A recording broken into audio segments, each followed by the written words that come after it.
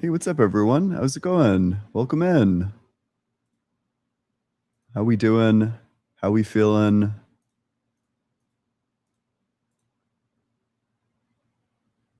Hope everyone's having a great day.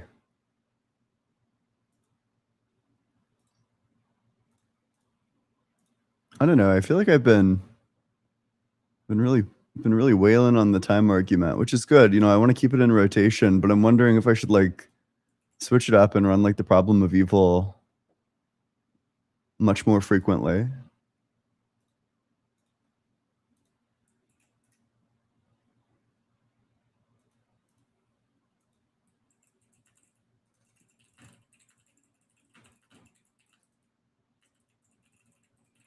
I don't know. They're like really good versions of the problem of evil, and they just don't have good responses to them at all. Um, but I do think that I think what it gets you probably is like, it gets you I think the evidential version is like really strong, obviously, but um like the logical version where you're trying to like deduce a contradiction or something, like that's obviously, I think that one's like pretty difficult. You face a bit of an uphill battle on that one. I know that there's like existent literature that attempts to respond to it, but I don't know the nature of that.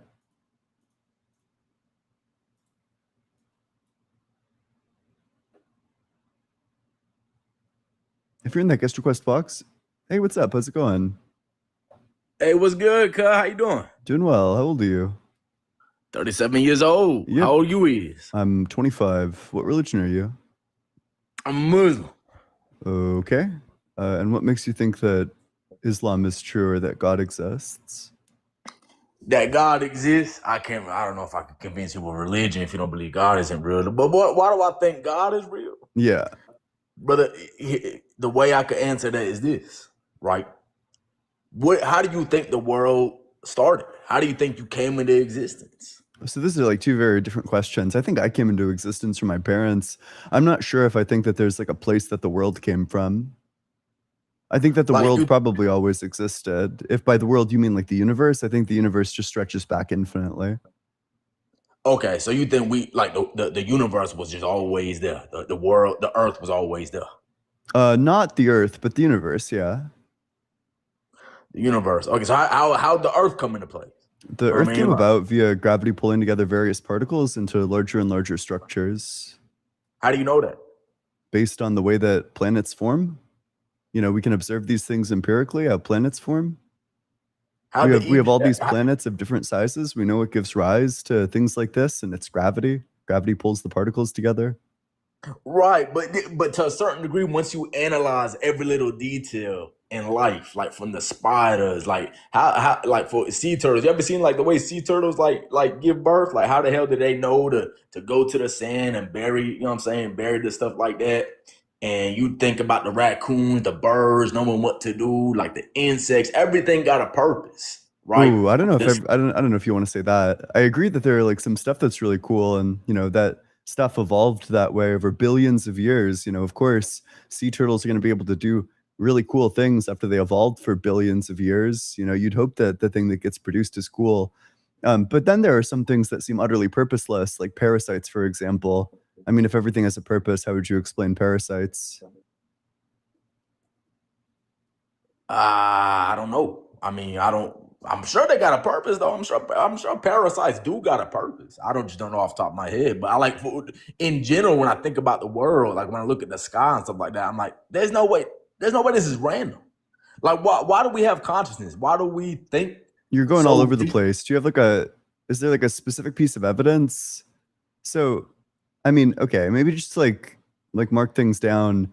I feel like there's nothing that you've been able to mention that I haven't been able to explain, but the very first thing that I mention is something that you're not able to explain. What was the first thing you explained? The first thing that I explained is how the Earth came together via gravity. But then I asked you about parasites, and there didn't really seem to be an explanation. So, I mean, just to make sure that we're, I don't know, proceeding in like a linear fashion, that means that there's good evidence against your view if there's something that's unexpected on your view. Yeah, but again, your answers don't suffice. Like I can't walk out of the conversation and be like, yeah, random things came together and it formed the earth. Yeah, that makes sense. That's why I asked you the how. And I know you when I asked you how, you kind of said some stuff that a whole bunch of scientists told you that you think is right. I just don't believe in that. Like for example, You don't like believe in gravity? You don't believe gravity pulls particles together? to form the earth. Yeah. Just to form How any do you, planet, frankly. right, but the earth, the way it's structured, you think that's just random particles No? by gravity coming together? No. I think that the particles that form the Earth emerged from the sun, that there's like a specific particle composition that exists throughout our galaxy based on, I think it was gosh, it was some like spatial phenomena before, maybe like a nebula. But regardless, it gave rise to like very specific particles that then coagulated into the Earth. Just and it formed the earth perfectly the way it did today. I don't know what you mean by perfectly. The Earth can change quite a bit, and we would still be like humans would still be here, even if the composition of the Earth was slightly shifted to have less of one particle, more of a different particle. If like the orientation, the arrangement of those particles was changed, even radically changed, we'd probably still have life. I got you, but I know because you look like a smart atheist, right? I could tell you a smart dude. I'm sure you heard the argument. Like, what was it called? The argument from the contingency or contingency? You Yeah. ever heard that argument Yeah, I before? think the argument's self-defeating. I don't think so though, because if you think about it, everything literally that exists on the earth depends on something for its existence, right? Oh, Or you at want least to do the dependence version of it? That's fine. I could literally accept that there's an independent being. So I could accept that the independent okay, so being is that something like the independent wave being, function. right? So it But wouldn't Ian, get us to God. that independent being, what could it be? The wave function, for example. The The cosmos as a what? whole, for example. Say it one more again for me. Yeah, the wave function from quantum mechanics, or maybe like a better version, like one that will be more intuitive to you. You could just hold that the independent entity is the entirety of the cosmos. You could say like the whole is prior to the parts, that the parts depend on the whole for their existence, and that the whole of the cosmos is the independent thing. Okay, but how would that apply to the human aspect? For example, you believe you was created from your parents. You Yeah. take that back. Okay? If you take that back all the way back in time, right, to your great great great great great great great great great grandparents, right? It had to have a beginning some way somehow. How would you argue that? How would you? You know what I'm saying, like, how Are you would you speaking of like life, or are you yeah, saying like the yeah? first human being. Oh yeah, yeah. There's going to be like a gradual process of shift from the thing that came right before us, which is the Homo erectus to the Homo sapien. The entire population of Homo erectus gradually transformed into the population of Homo sapien, and now here we are.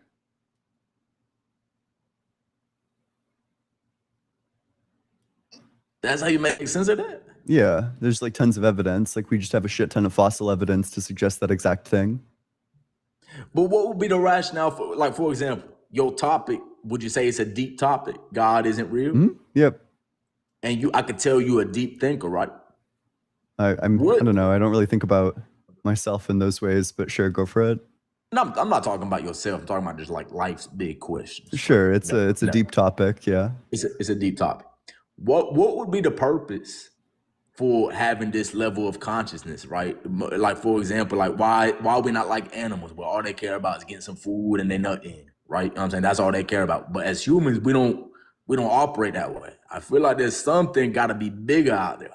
Well, Why do first we of think all, I mean, you should see just how like animalistic humans become when they're deprived of these fundamental things like food. If a human is getting starved, they'll do just about anything. You'll start to see like the part of us, the wild animal part of us, and all these circumstances where it's like absolutely crucial for survival. But additionally, I mean, there's like good reason why humans evolved to be so intelligent and reflective. It's because that allows us to get food better. It allows us to have like better social cohesion. We just have like tons of advantages that stem from us being so intelligent. I got you. So like, do you think like So in your worldview, do you believe the universe is a necessary thing? Yeah, I'm inclined to think that the universe is necessary. Yeah. But can't the universe, like, couldn't the universe been otherwise? Like, couldn't it have been something different? Like, for example, we could have had like, you know what I'm saying? Like, just for example, like, I don't know, like different physics or different laws or different like. I don't know why I would think that.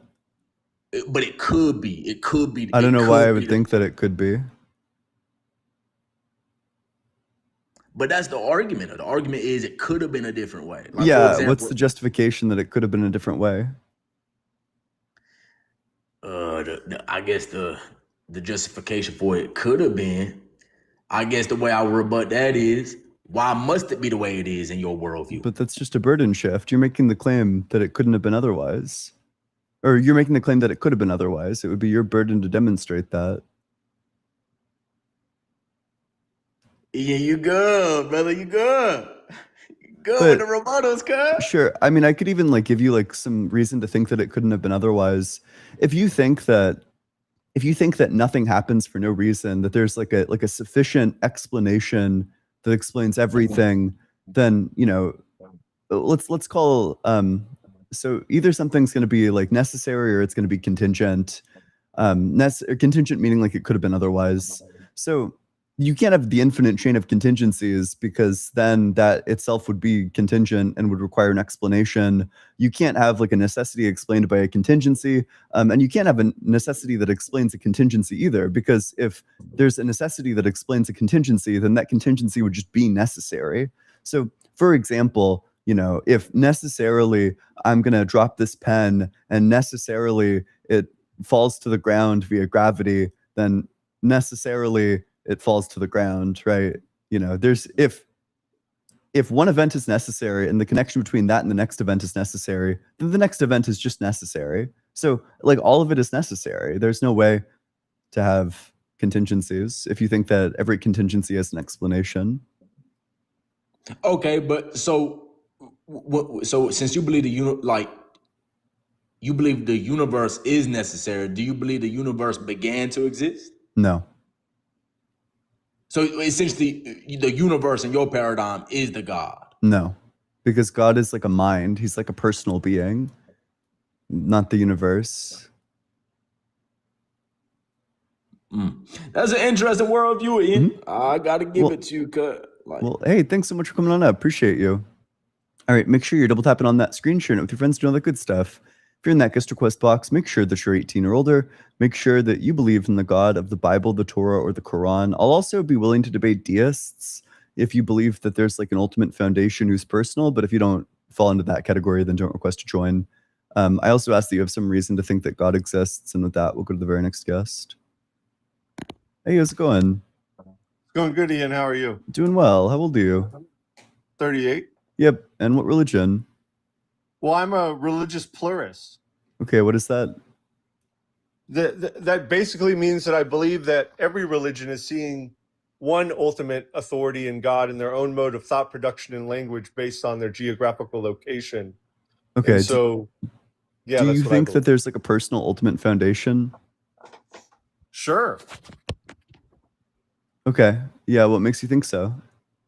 Well, could you give me a better something to bite my teeth into as a good example of what you're talking about? Sure. Like in terms of like a personal ultimate foundation? Yeah. Yeah. So, okay, an ultimate foundation is just something that every chain of causation. So we have like causes and effects, and like those causes themselves have causes, and you know it goes on farther and farther back. You know, I was caused to exist by my mom. She was caused by her mom. She was caused by her mom, et cetera, et cetera. There's like this chain of causation, and what it means to be ultimate is that all of these chains of being, like a chain of causation is an example of a chain of being. All of these chains of being ultimately arrive at the existence of one being, the ultimate being. So if you traced back like all of the chains of causation, you would arrive at God. If you traced back like all of the hierarchies of like grounding, you would arrive at God. So that's what it means to be ultimate. And then personal means like it has like a mind, it has intention, it takes actions. So that's what God is. It's a personal ultimate foundation, a thing with a mind that's also like metaphysically ultimate. I think that what you're doing is stretching the limitations of how we could describe God. But I think that God is outside of even that ultimate personal relationship. So at this conversational level, I could definitely agree with you on what you're saying, though. Okay. But I still think God is outside of that. I don't really know what it means to say that God's outside of that. So one of two things is going to have to be true. If you're saying God is not ultimate, then you're going to need to say that either there are things that exist that don't depend on God, or there are like God depends on something else for his existence. Okay, so I would agree. Yeah, let's ultimately say that I agree with you that God is the ultimate cause of every reaction. Sure. Yeah, I agree. Yeah, what makes you think that God exists? The fine-tuning argument, that Okay. that's my fundamental philosophy, yeah. Yeah, do you want to put forward the fine-tuning argument? Yeah, I mean, in my layman's terms, it would ultimately be that the universe is too perfect to have been created by nothing, and the most logical explanation is that something created everything. And Which part of it's perfect? perfect, I think that the human being is perfect. I think that reality is perfect. I think that we have free will, which is a perfect way to not be some zombie force. If there was no free will for evil to exist, for an example, then we would not have personal choice. And I would rather have personal choice and there be evil in the world than not have personal choice. And so I think that's perfect. I think there's a lot of perfect things about reality. Yeah, so there's like a number of problems with human beings as being like perfect. So I think like the first one, which is most obvious, is that human beings are riddled with cognitive biases. We have, latency bias, recency bias, confirmation bias. There's genuinely just so many biases that we suffer from. If God made us, why would he give us so many cognitive biases? Because ultimately, if you think about it, when we're born from this beautiful point of conception where the embryo creates thousands and millions and strands of DNA and information that just came out of nowhere, that information was able to turn into a human being that came out of a body. And then from the foundational level of innocence of not even knowing what an atom is, you can grow over time and learn. And I think there has to be contrast to our perfection, which is exactly what you're talking about, bias. And So you don't think that humans are perfect? no, I think that our journey is perfect. I think that we are perfect beings that ultimately could have came from a warm pond. And I think that that's pretty incredible.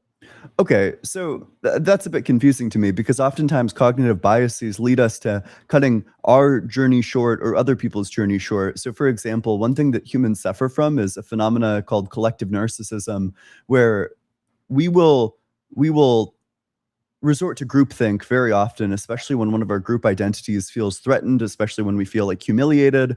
And it's stuff like that that leads to things like the Holocaust, right? Collective narcissism, feelings of inadequacy at the level of the group leads to people trying to craft these like narratives for why actually they're still like super cool. And it's actually like some other group that's fucking them over, and we got to like eliminate this other group. This narrative comes up like genuinely constantly among humans, and it's due to cognitive biases. Additionally, I mean, people will see things like confirmation bias, or people will view their lives as not worth living because of things like confirmation bias.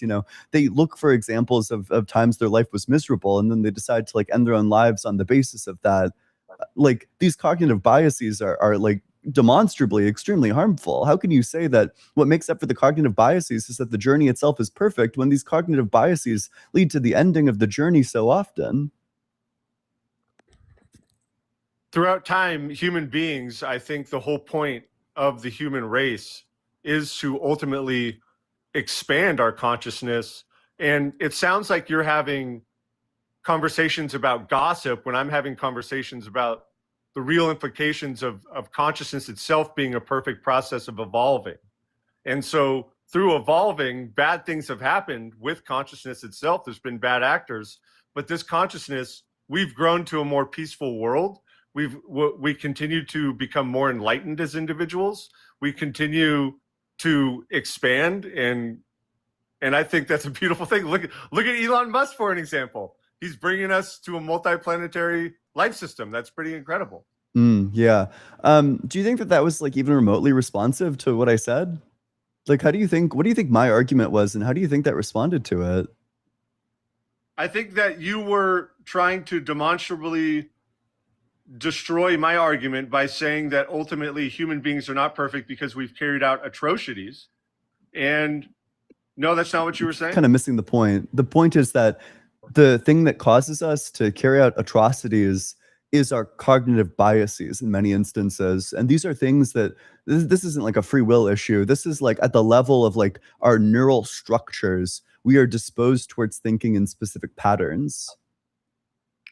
Okay, well, before I answer your question, I just have one question. Do you think that human beings are ultimately more utopian or more dystopian? Are we good or are we bad? I have no idea. Well, I have an idea that was presented by Plato himself. He said if a baby was on the side of a well and you were walking down a path and you saw this baby about to fall inside of the well, would you go and save that baby? And ultimately, every single person would run and save that baby. That shows that human beings fundamentally are good and not evil. Because that's for sure not true, by the way. For example, I mean, you know, if you read through like the atrocities that people committed against like indigenous people, for example, you know, the way that like the colonialists treated like indigenous children in many cases, you know, they would like make them fucking freeze to death for fun. I just don't think it's true that every single person would save any child that they saw about to fall into a well. That's like obviously not true. So you're saying that your logic is more sound than Plato himself? Yeah, on this topic. Yeah, I'm fortunate enough to live in an era where we have access to like a lot of history. That's something that we have that people in Plato's time didn't, is that they didn't really care about accurate historical accounting at the time of Plato, whereas now that's something that we care a lot about. So there's been like the entire field of history has been founded on methods that actually get us to the truth, whereas at that time their like historical records were like kind of mythological, kind of accurate, but overall just a fucking mess. But you're taking out individual actors compared to the whole the whole mean, which is ultimately, for an example, your chat. I bet you there's no person in your chat that would do something like Schmittler, but they would save a baby. I guarantee that. Okay. That the majority of your chat. And so the majority of human being, the majority of the human race is ultimately going to expand from that fact. And I would say that human beings are better than we are evil. Don't you agree? Yes or no? I have no idea. It's hard to quantify such a thing. Certainly, a lot of people have no problem living their lives in such a way where they're constantly failing moral obligations to other people and constantly failing moral obligations to themselves. In fact, I mean, if you're saying like how many of us, or that like the majority of us live like extremely highly moral lives, well, that's almost certainly false. It seems like most people live pretty middle of the road lives. I've heard you say to your chat that you love them. So would you say that you're more good than evil? I have no Because idea. you love people? I have no idea. I also don't think loving people makes you more good than evil. I don't think that I don't think it's easy to qualify or like quantify whether or not you're more good than evil. You know, I do evil things sometimes and I do good things sometimes. I have no idea. What's the last evil thing you've done then? What's the last evil thing I did? Well, when I went to New York, I had a steak, which is evil. You think eating an animal is evil? Yeah, extremely. Well, I do too, ultimately. So yeah, I do agree with you on that. Okay. Well, I mean, it just doesn't feel like we really got. Well, ultimately, I think if I could listen, you're a really good debater.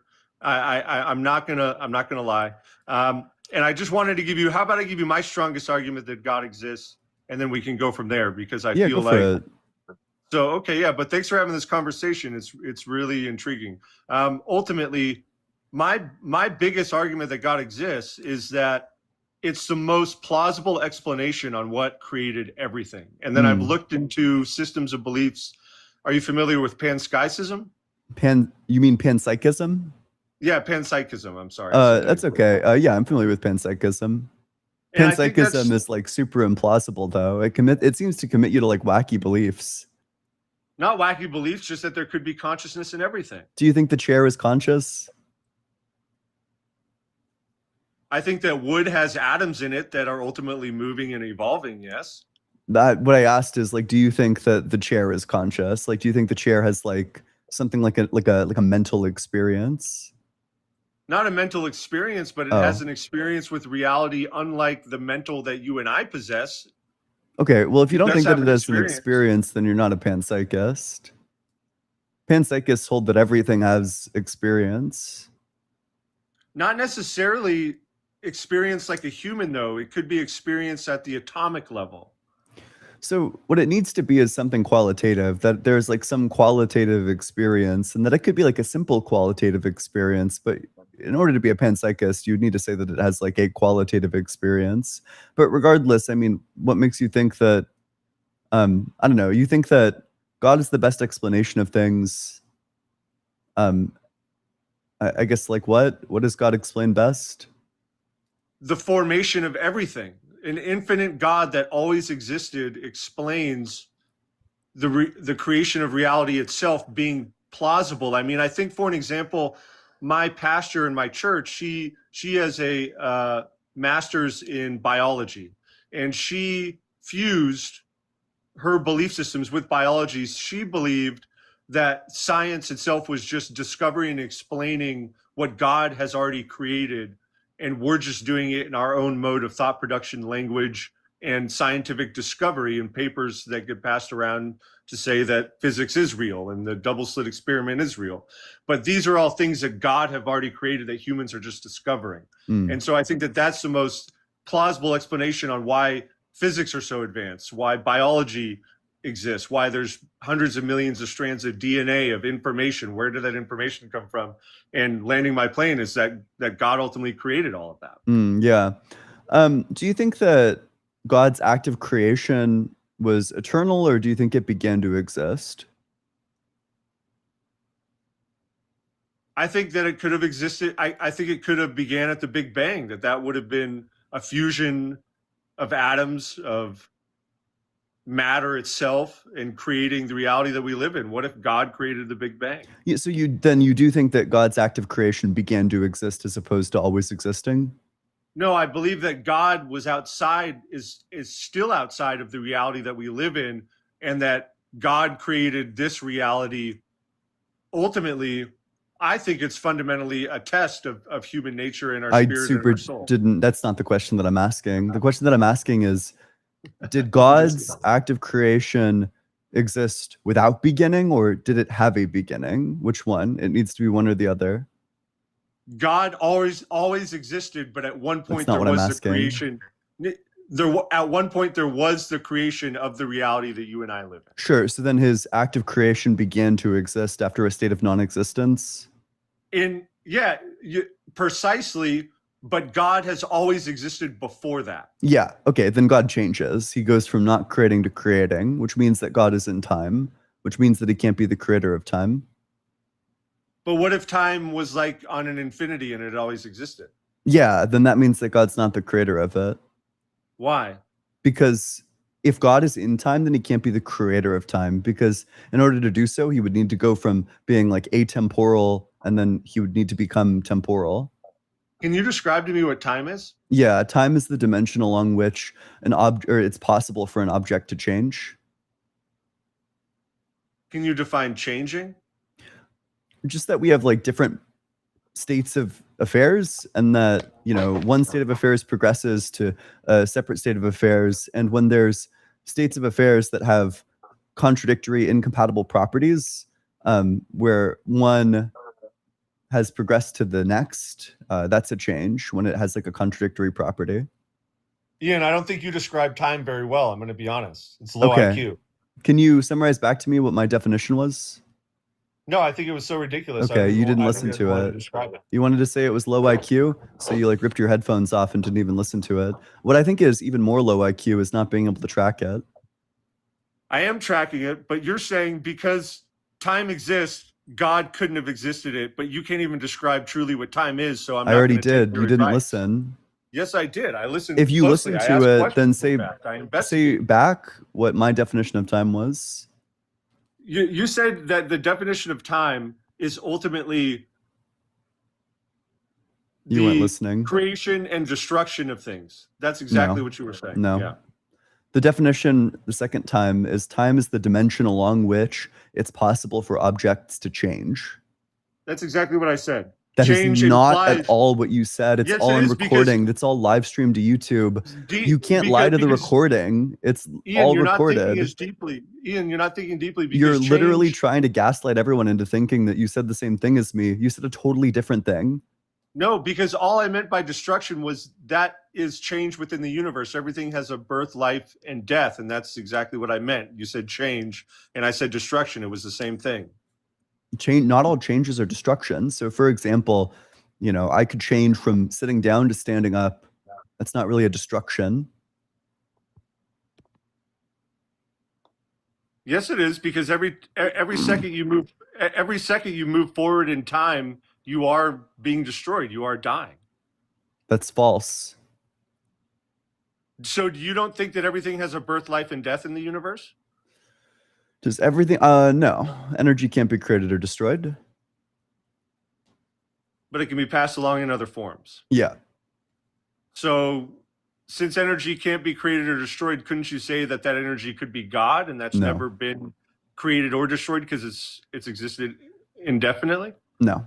You wouldn't say that that's God because that's not ultimate. It's also not personal.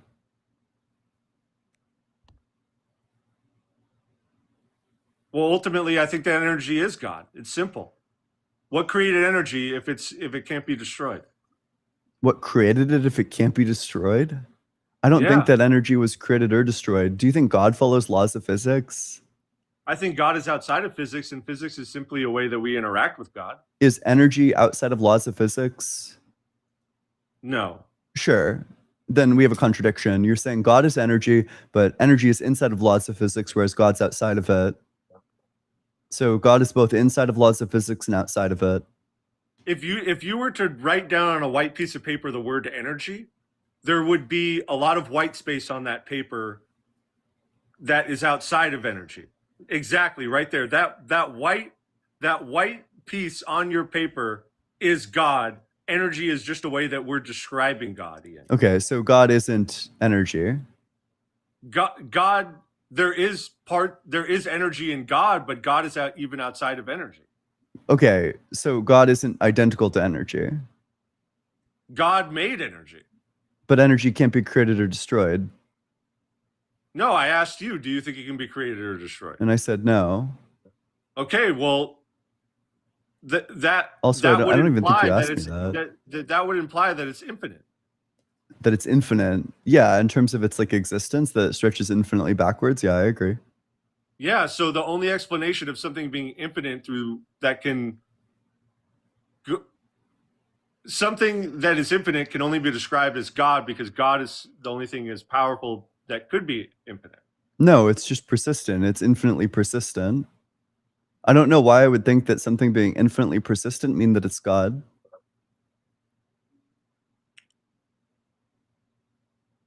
So what do you think? Do you believe in the Big Bang? Yeah. So what do you think existed before the Big Bang? I think that the universe goes through infinite cycles of big bounces and big crunches. Huh. So you think that there was just nothing or a series of events that led to the Big Bang? What answer did I just give? Did you listen? Yeah, you said you believe that the universe goes through cycles.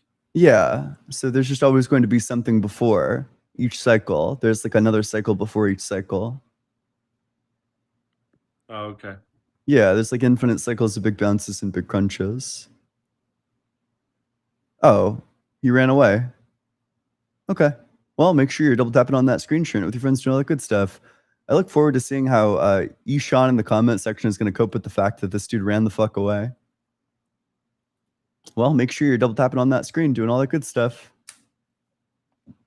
Larry, thank you so much for the $50 super chat. Big W. Larry back. I appreciate that. Massive supers like that are really helpful. I'm currently enrolling in some college courses, but because they're out of state at a CC, they're more expensive than they're not like crazy expensive, but it's like $1,000. But you know, I'm enrolling in the ones that I am because they're like specific philosophers, like philosophers of religion who teach at those community colleges that I would love to take some classes with because I really admire their work. So let's get a big W for Larry. I appreciate it. Couldn't afford to be able to do that without you. Thank you so much, Larry. Cave Adage, Synthwave Ash, and Evil As, thanks so much for the resubscriptions on Twitch. Appreciate you. Big W. Grimlock, thank you so much for the $25 on Cash App. Donation for my hydration.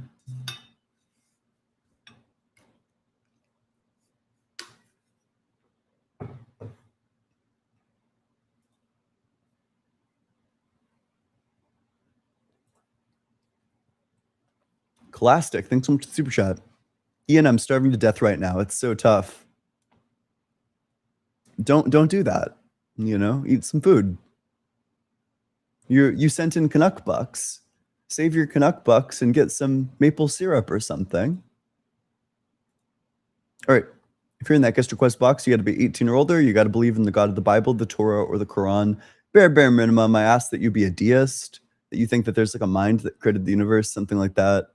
And that will go to the very next guest. Hey, how's it going? Yeah, nice to meet you, Ian. Yeah, nice to meet you as well. Your mic sounds a bit crunchy. Do you have like No, I don't have headphones on. I don't understand why my phone is like this. I just got the iPhone 17 Pro Max. I think it might be because I accidentally dropped water on it. I can probably fix that though. Okay, that's fine. Yeah, what? How old are you and what religion are you? Yeah, so I'm 18. I was born 2008, February 13th. Okay. Yeah, and I'm a theist. Okay. Whoa, wait, I saw some like crazy funny misinformation in the comment section. Yo, this is a banger. One sec. Let me drop the screenshot. Hope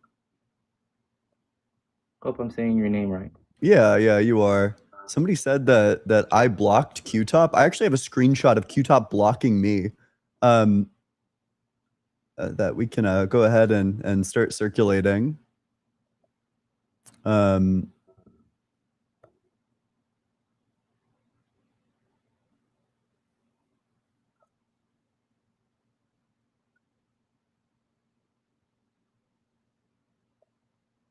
All right, let's see. Let's pull up the screenshot. We're gonna pull up the receipts.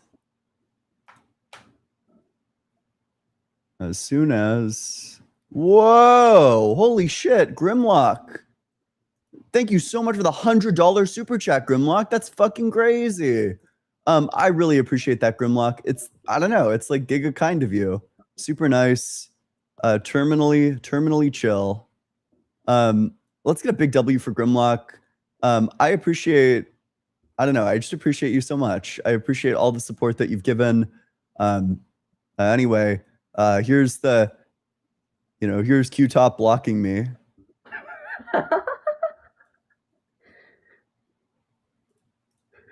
Okay. Yep. So, sorry, where were we? What religion are you? Yeah, I'm a theist. And also, since I'm 18, I don't know a lot, but I can give you a concluded answer, or maybe, give you a okay, stance on my view here. I'm not the best debater, but I really wanted to try. That's okay. And stuff like that. But like how I think about this when it comes to like God and stuff, I don't really believe in like the religious aspect of it. what I believe is that God himself works within like a different realm. He doesn't create worlds, he observes worlds, and he himself is outside of the universe. So, okay, then that might just be like a definitional problem because I think that one of God's key characteristics is that everything external to him comes back to him in terms of like dependency, that everything depends Yeah. on God for its existence. But if you're Well, saying that God didn't create, he just observes, then well, yeah, that does seem like a very bad point on my view. I would just say, if I was to make it a little bit more logical, I would say he observes the worlds that he creates. okay, so you do think that he creates. Yes, I do agree he creates them. I just believe that he observes them more than he actually creates. Because the things that he creates, he's going to obviously observe. Okay, sure, that's fine. What makes you think that God exists? Yeah, so I believe that there's a mind, and I've heard this argument many times. Like, I'm just gonna make an analogy of it because I don't know the way to specifically say it, but it's like, for an example, if you have infinite amount of chords and you continue plugging an infinite amount of chords into another chord and into another chord and into another chord, you know, the beginning is always going to be God. Why? I would say, since God is the creator, he's omnipotent, he's obviously going to be the one that always was here from the very beginning. He was the one that created everything. So you're saying God exists because if you trace back all of the lines of causation, God exists. And the reason why that's true is because, God is the creator. So Hmm. you've kind of just defined God into existence. Like I don't grant that God, like this would all be true if God were actual. If God actually exists, then everything's going to come back to him. Hmm. But I don't grant that God exists. You would need to give me some reason for thinking that there couldn't be like an infinite regress, for example. I would just say that when it implies to God logically, we're going to believe that God's, and the God that I believe in, the theist God, is not going to be the religious God from Christianity or the Quran. The Christians believe in a whole separate thing than theists believe in. I believe that God observes the world that He creates, like I said before. But the difference with this theist God is that the God that I believe in is going to specifically observe these worlds and give the people he creates the free will to do to have the opportunity to do certain things Mhm. that he allowed them to go ahead and do. Yeah, So I he's the don't one grant who any of this is creates. the problem. In order to give me like a reason to think that God exists, you would need to give me like premises that motivate the conclusion that don't just presuppose that God exists. Like so far, what you've told Uh-huh. me kind of just presupposes that God exists. I'm asking you like what would justify that presupposition? Hmm. Um, I'm not really good at this debating stuff. I would just say, uh, I'd just say that God specifically, since he has the ability to do literally anything, then I would pre-propose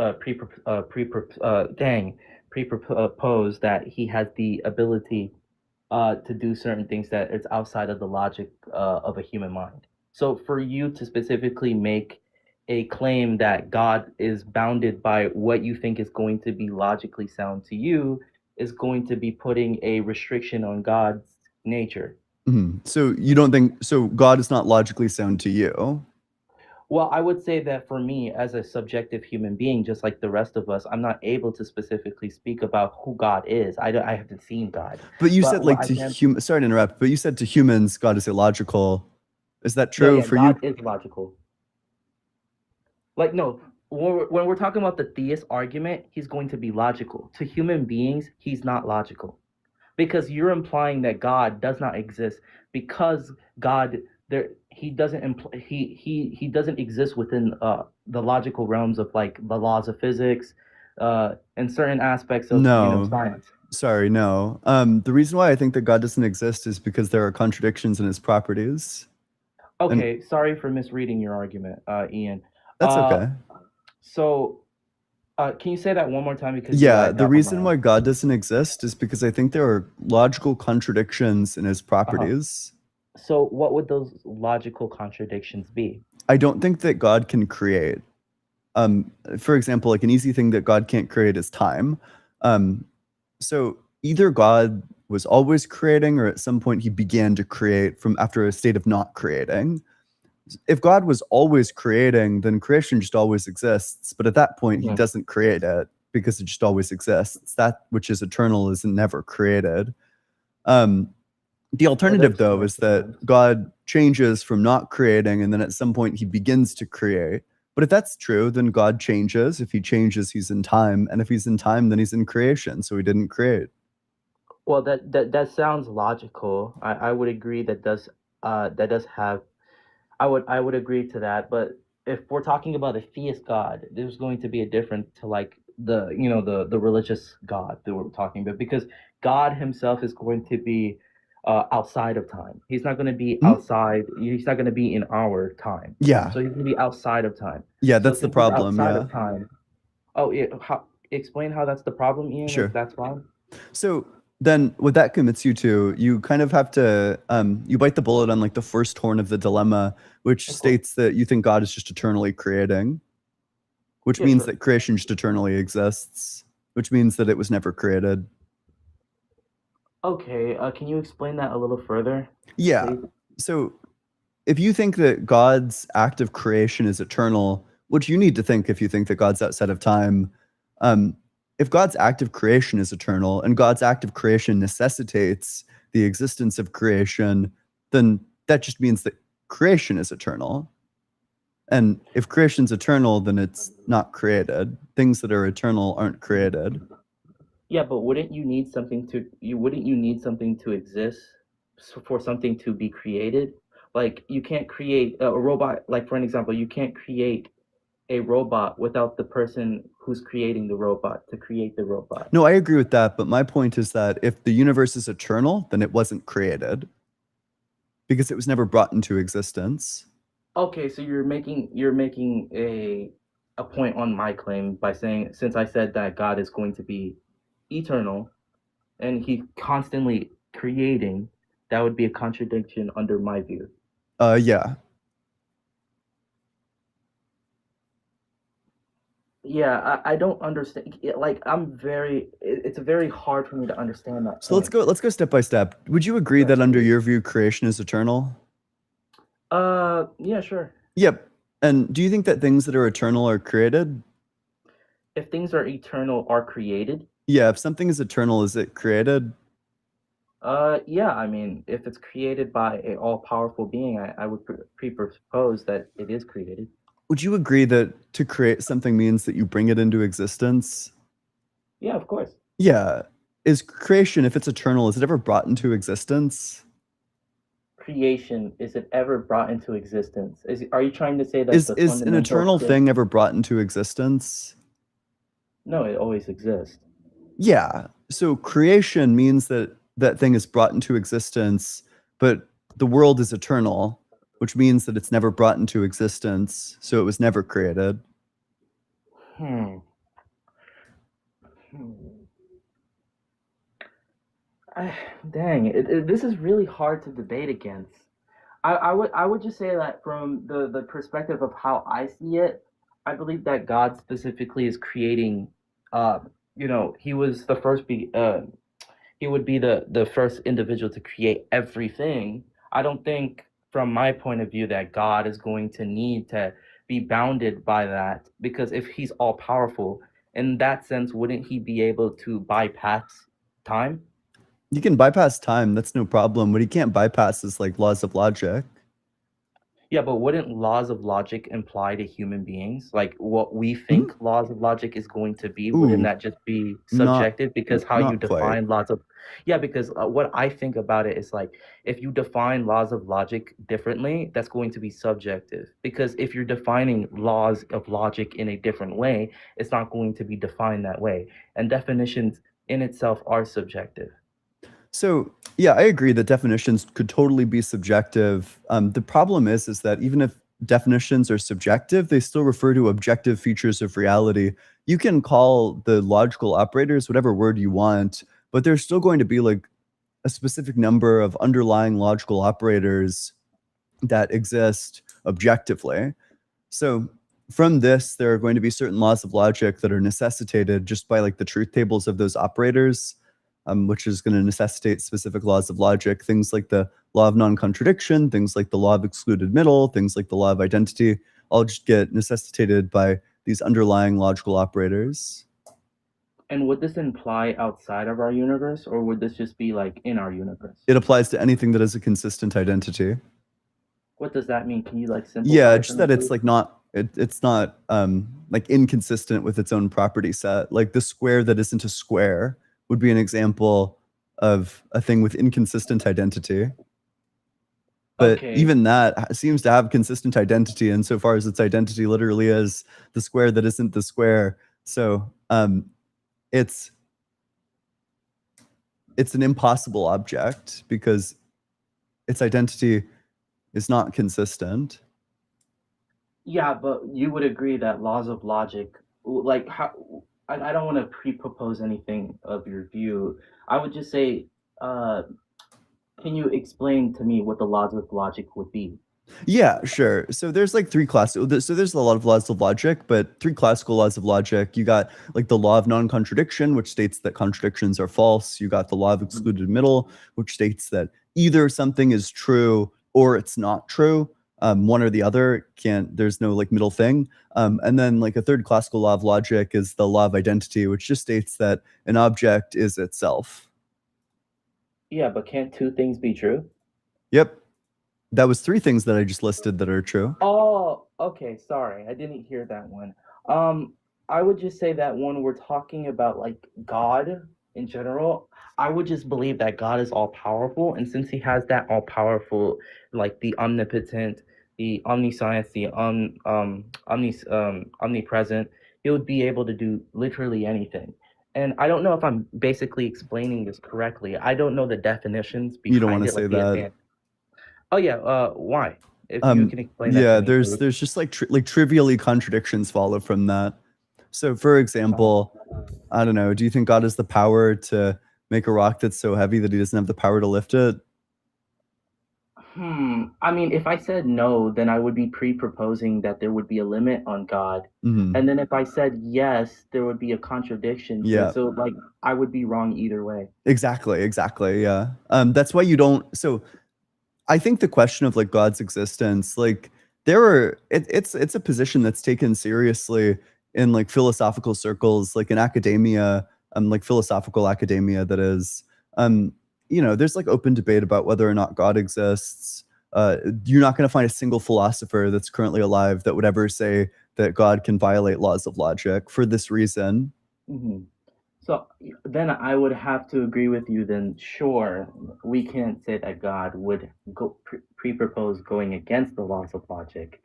But wouldn't he be the one that created the laws of logic if he was the one that, or was it just something I that don't even else think you want to say that. yeah, why would why would that be the reason if like God is, he has that power to create it?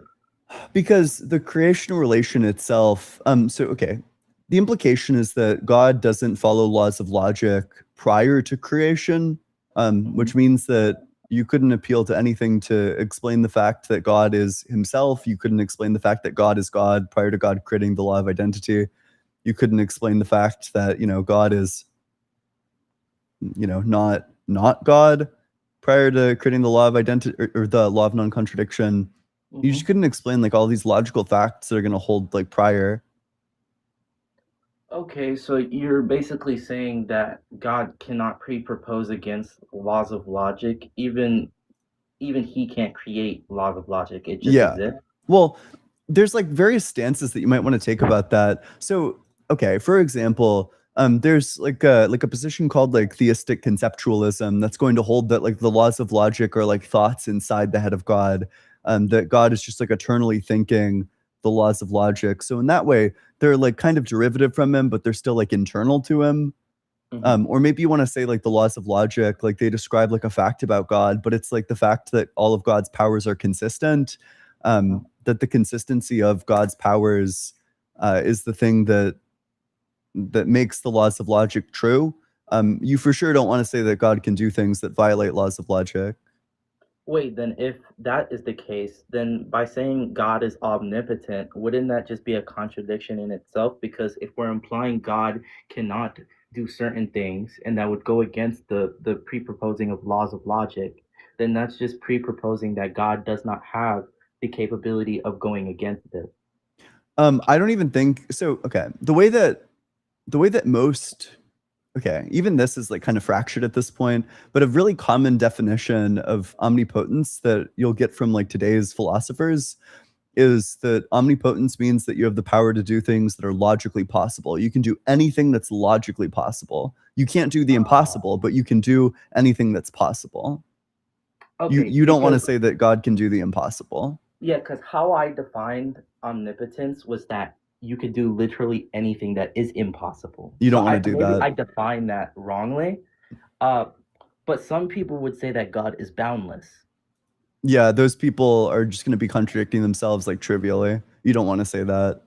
So what is the definition of boundless then? Because I'm not really well aware of that. I'm not even sure what boundless would refer to. I don't know, like you just don't have constraints, but like you want to say that God has constraints. You want to say that he has like the constraints of like logic, that he needs to do Yeah, things that are that would logically make sense. possible, that he doesn't do the things that are logically impossible. And by the way, that's fine. I mean, I guess, but then like for me as like a theist, it's kind of hard to like different, try to like separate, the omnipotent viewpoint that I was told versus how God is supposed to be. Because it's like if there's going to be a limit to what God can do, then anything that exists outside of the human knowledge or anything that exists beyond what we can reach or understand, those things could still be implied to have more knowledge or certain knowledge of certain things that God just doesn't know either. Wait, sorry, say it again. I don't think I'm not keeping that all together. Yeah, so what I'm pre-proposing is that if God himself is limited, he is not fully like able to do whatever he wants because that would be a contradiction. Then his creations that he creates is also going to have the capability to have that didn't actually make sense in my head. I was about to say something else. I was about to say something about how the creation of God, if they had the capability, if God is limited Mhm. and humans are limited, then both knowledge would be the same. But that would be a contradiction because God has infinite knowledge, I think. Yeah, you probably do want to say that. Well, Yeah. listen, I enjoyed the conversation, but I'm Of probably course, gonna move on to the Ian. next guest. Thanks so much for coming on up here. All right, let's get this. Let's get Isan. I sent out the invite. Let's get him on up here. Isan 123, you've been invited. Hey, what's up? How's it going? Hello. Yep. How old are you? Old enough. Sure. And what religion are you? Is that relevant? I don't know. It's helps frame. You can just say Muslim. I'll assume Muslim if you don't answer. Yeah, sure. Okay. Yep. What makes you think God exists? Look, dude, people operate by different frameworks. Like, obviously, you operate by an atheist framework. You're not going to accept anything anybody says, right, from a religious perspective. Yeah, No? obviously, right. Oh, No, well, I could tell you some good arguments for God. I actually think that there probably is some evidence for God in like sophisticated versions of like fine tuning or potentially even like the argument from psychophysical harmony. Like, I don't know, I changed my mind about a lot of these arguments when I looked deeper into the literature. I just think that the overall evidence favors atheism over theism. It doesn't favor the atheists. The reason why you're saying that is it's just like the new age. It's like the cool, trendy thing. Yeah, let's all do this atheistic nonsense. But Mm. in terms of moving forward, what gives your life purpose or what gives your life meaning? Everybody wants that, and when you don't have that, you feel depressed, you feel low and sad. And that's the reason why a lot of the atheists that thought it was cool and trendy to do it, what happens to their lives as it goes on? Obviously, it yeah. just turns because then where do you derive meaning from? Yeah, wait, And sorry. Could you everybody you wants to said mean that this something. happens frequently. Can you name like 3 atheists that, fell into like a deep depressive slump?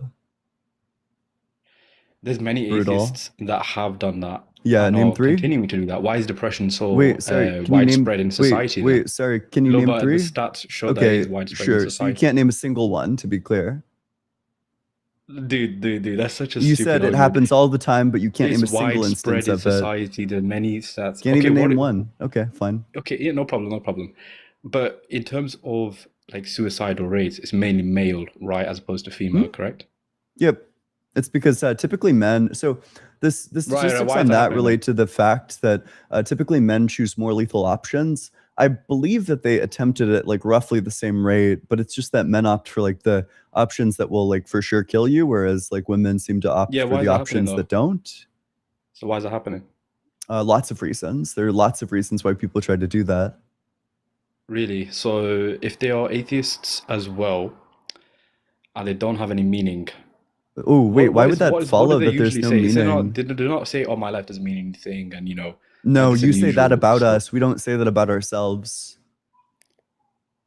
No, but I'm saying the people that do it or in that state. Oh, That's the in terms typical of like appraisals those that they people, use. I think that there's like a lot of people in those states. Also, I don't know if you're aware of this, but there are a lot of Christians that take their own lives too. How would you explain that?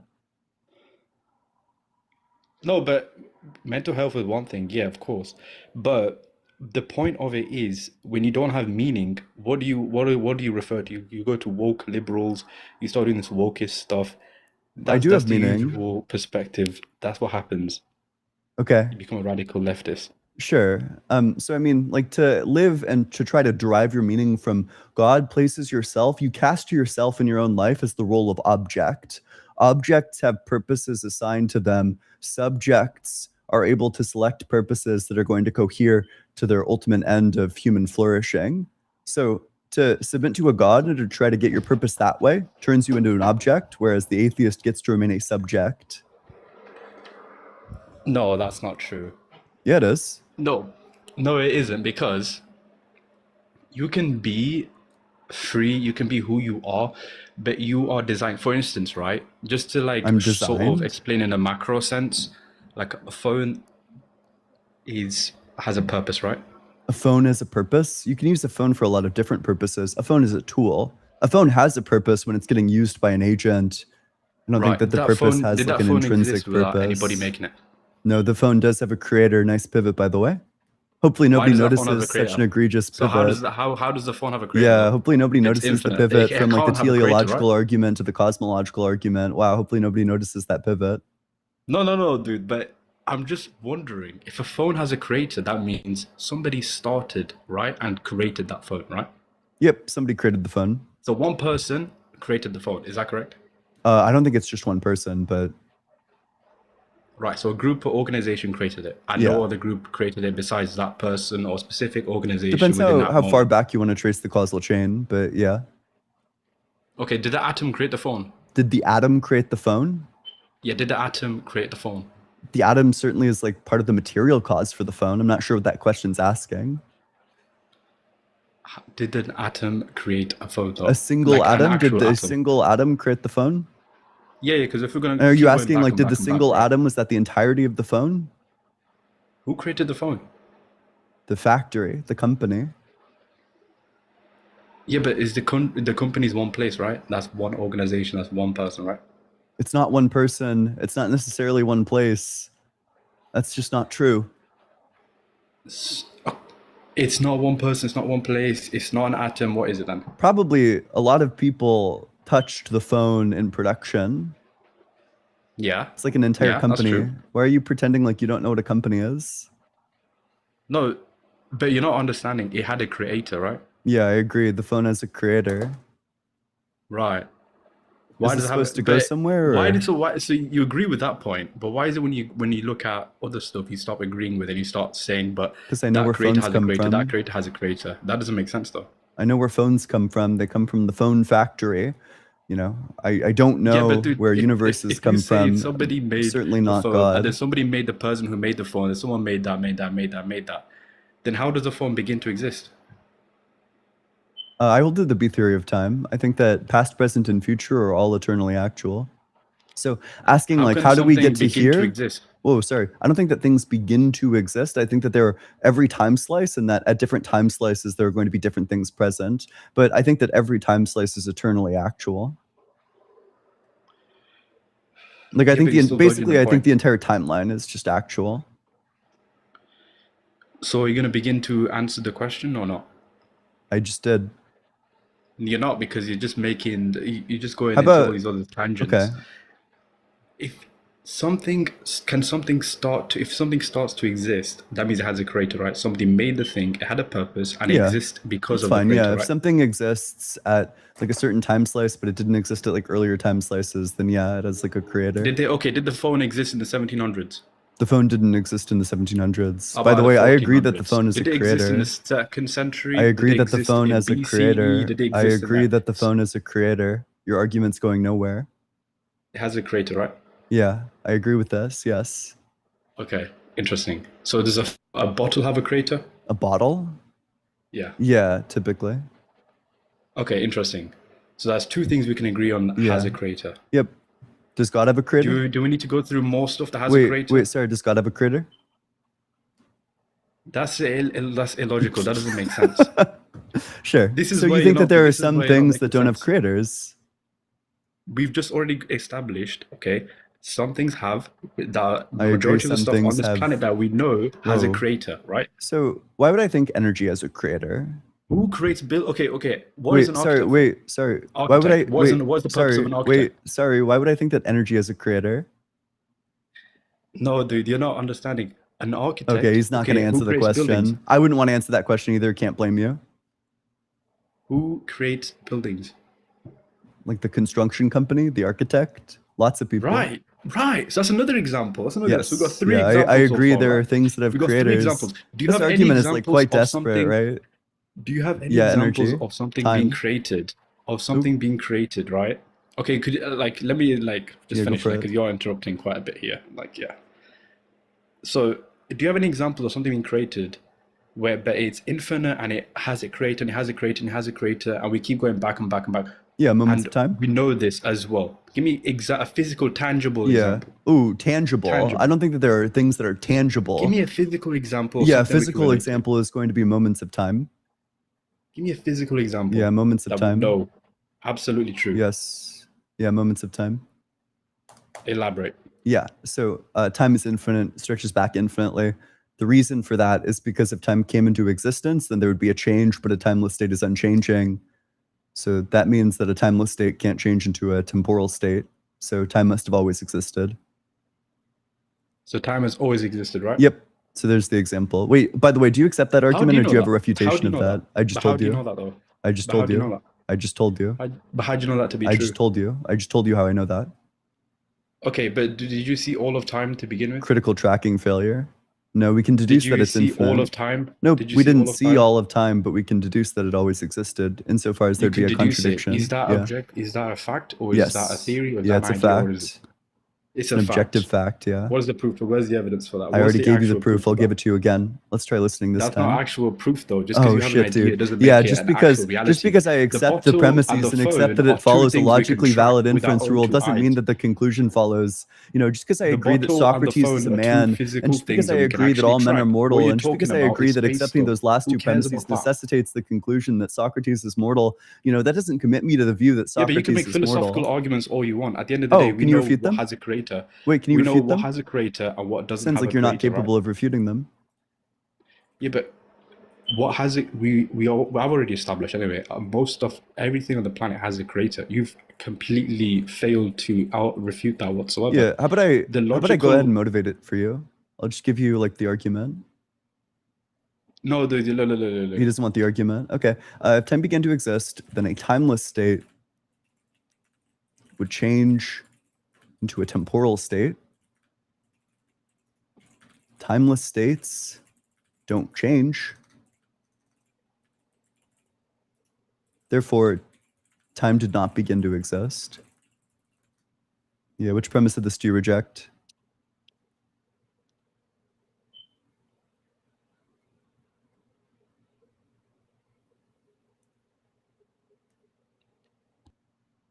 And then he ran away. Holy shit, dude. Fucking brutal. Spawn killed. About right, even. I accept your surrender. Folded like a chair. Scrambled like an omelet. Reformatted like a hard drive. Get your ankles absolutely shattered. You will never debate again. All right, make sure you're double tapping on that screen, sharing it with your friends, doing all that good stuff. That was a little throwback for everyone.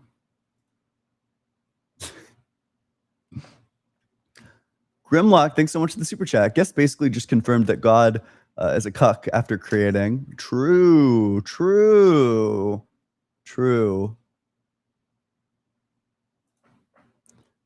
Ichigo, thanks so much for the super chat. Just watched Right Corner debate. I'm sorry. I'm sorry to you that you had to watch that. That one was a fucking mess. Prometheus, thanks so much for the super chat. Matter always exists, despite your argument. I don't think matter always existed. I'm not sure if that's proper. But like something bearing energy must have always existed. Well, maybe matter did always exist. I don't know. Physics is dumb. I hate physics.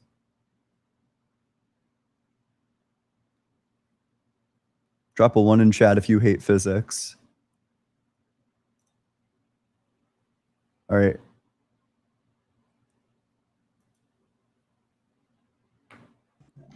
Hey, how's it going? Hello, Yep. How old are you? I'm 24. Yep. And what religion? I'm Muslim. Yep. What makes you think that God exists? I think there are things that science can't explain. Mhm. You know, do you so I guess from your standpoint, you believe in observing, so you observe the natural world, right? And you apply that literally to like your core beliefs, right? Like you're very logical or factual person, right? Yeah, something like that. Although I think that there's like methods of knowledge that don't involve like empirical observation. Like, for example, you know, the fact that our empirical observations are reliable or that I'm not like a brain in a vat, that's not arrived at via like empirical observation. I think that there's like other methods of knowledge production. But yeah, something like that. Okay, so for instance, one scientific backed, law of physics is the law of thermodynamics, right? I hear that there are 3 of them, but I hear that the second one is like hotly contested. Well, no, but generally, from what I know, it's that energy cannot be created or destroyed, right? That's the first one, yeah, I think. That's the first one, and that's observable, like in all the universe, as Mhm. far as I know. Yep. Right? Okay, so yeah, in order for creation to happen, I think that something outside of science or something what you call supernatural has to exist. Well, so here's the problem with what you just told me. You know, what you first told me is that energy can't be created or destroyed, and then what you concluded from that fact is that energy must have been created by something outside of physics. I'm Yeah. not sure why I would think that energy is something that was ever created as opposed to always existing. No, but always existing. So, okay, what's the earliest thing that existed? Is it There an wouldn't be atom an or earliest thing if the universe always existed. It's like a category error. It's like asking like, you know, what's the lowest negative number? There isn't one. No, but there has to be like photon or like quantum vacuum. What do you believe? Like which? Why? Why couldn't there have just always been these things? So before the Big Bang, what do you believe? Like, I think what that the was universe goes through infinite cycles of big bounces and big crunches. So I think the universe like rapidly expands, and then when gravity overtakes the force of dark energy, it's going to rapidly collapse. We have good indications that the acceleration of dark energy is slowing down over time, which means that the universe will likely end in a big crunch. So I think that it just does that infinitely. Okay, so you believe in like different, densities of, vacuums or like matters or energy create something. somehow, and that turned Wait, into the sorry, I'm Big wishing Pecho a good night. Everyone say good night, Pecho. Sorry, say it again. Bang. So you believe like different densities of dark energy or whatever somehow that turns into the Big Bang, right? I don't know. I don't know if density is the word that I'd use. I have a physicist friend who's probably going to be. Hello. Yeah. Oh, hi. Oh, so as far as I know, like there weren't atoms before the Big Bang, right? They were just the photons and like. So before the Big Bang, there could have been atoms at some point, but like while the Big Bang was happening, it was like a quark gluon plasma. So atoms hadn't formed yet, but there were still quantum fields. Okay, so those fields are like they're basically, like space vacuum, right? Like an empty. I don't know what space vacuum is. They're just a property of space. But time didn't exist before the Big Bang either. That's not determined. Yeah, I don't even know what it would mean to say before the Big Bang time didn't exist, because that's presupposing that time existed. So yeah, but we know that time did exist after the Big Bang, though, right? do we? Do we know that? If you can prove that, you get yourself a Nobel Prize. No, but that it did time exist because of the Big Bang. That's. Can you show that? That's not I can't. But the current that's what understanding most- of science. That's what most scientists say. No, that is not what most scientists say at all. That Big Bang is synonymous with time. That's No, a maybe really it was like it's a a really few decades ago, but yeah, it's a really interesting hypothesis. So right here we have a survey of cosmologists. According to the majority of cosmologists, the Big Bang is a theory that says that the universe evolved from a hot dense state that says nothing about whether there was an absolute beginning of time or not. So yeah, the majority of current understanding- cosmologists don't say anything of the sort. our current understanding it's just an event in the past of our universe. Okay, but like outside the sphere of the Big Bang, which causes the universe to expand, right? The Big Bang wasn't a sphere. No, I'm just saying, like, I'm just being like, I'm just talking like figuratively, Okay. Yeah. So, but we do know the universe is expanding, right? Yeah, currently. Yeah. So if it's expanding, that means at some point it wasn't expanding before the Big Bang. Potentially. Yeah, that could be. Like, for example, it could go through like infinite cycles of big bounces and big crunches. So it would expand and then contract and then expand and then contract. Or it could be like a system of eternal expansion where one universe expands out from the previous. Yeah. So I think, and as the universe is expanding, we're getting further and further away from other galaxies and stars. I don't think we'll ever figure out, the origin of the universe. We'll never figure out, if. Why would we presuppose that it did have an origin? There are multiple models of cosmology that form the universe, that form a system of cosmology where the universe did not have an origin. It just goes back infinitely. Or it even loops around at one point. Yeah, but those are all theories, but in the end we can observe that energy can be created. And if you want to get like one of the earliest forms of energy is photons, right? Photons Photons can carry energy, but they are not in and of themselves energy. Yeah, exactly. So they're carriers of energy, and and they need time to, and they need like space. Wait, can we just get like a clear articulation? What would be the problem if like all these fields and all this energy getting transferred around in these fields Like, what would be the problem with all of this stuff just always existing eternally and then time eternally exists? Like, what would be the problem with that?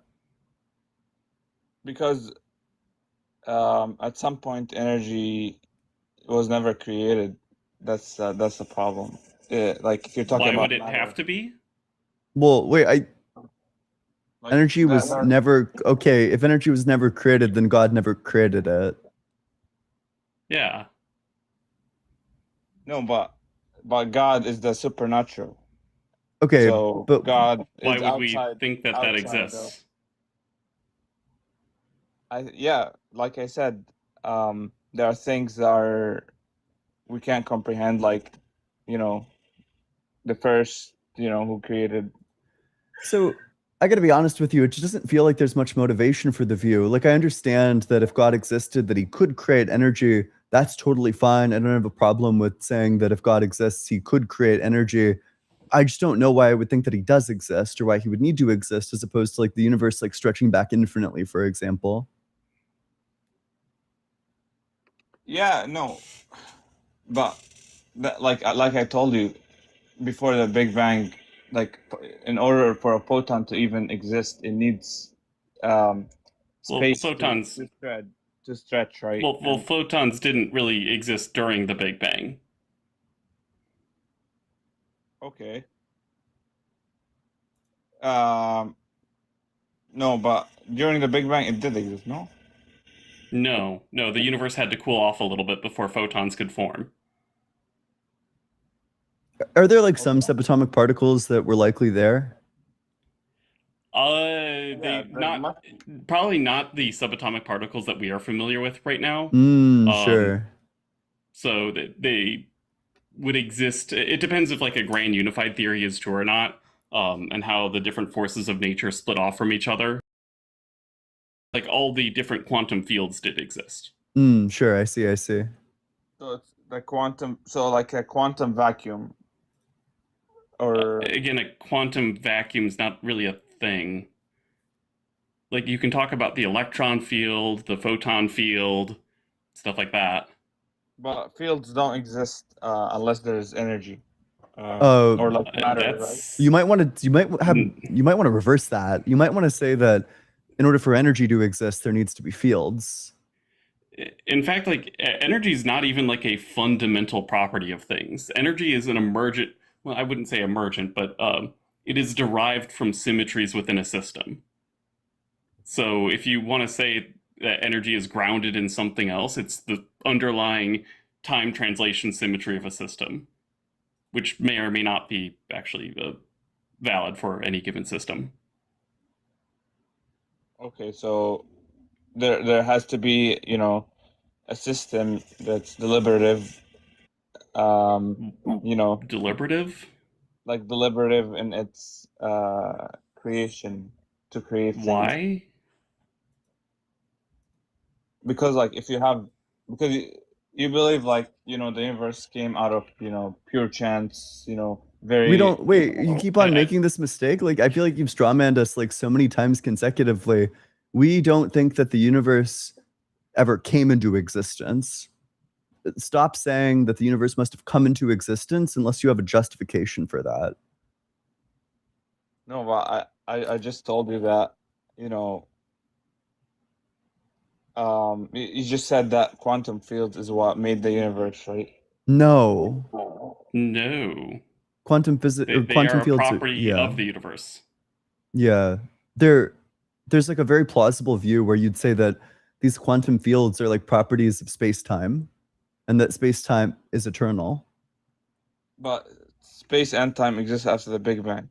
We don't grant that. What's the argument for that? It is well known there wasn't time before the It's Big well Bang. known, except the That's survey that I enough showed you fact. earlier that totally refutes this.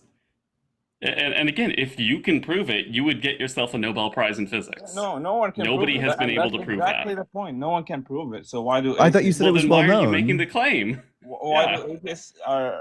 You say it's like, well known, but then when they we ask you for say- evidence, you say nobody they can sound prove like it. Which they're one is it? 100% sure. It kind of seems like you just kind of skimmed this information from a documentary from like 50 years ago and didn't update your like information since then. No, I'm just, you because Like, for instance, how I where think did you about hear it, about the information that we think that like, time didn't exist before the Big Bang? What source did you hear that from? I don't know, like NASA. NASA doesn't work on that. They don't do theoretical physics, so they wouldn't even comment on that. Listen, I'll be honest. I'm not like a physics guy like you, but from what I know is that because the universe is continuously expanding, so is time and space. That's what I know. Okay, that doesn't negate the fact that the universe might have an infinite past. But They are compatible. The infinite past. How do we know that time and space existed though?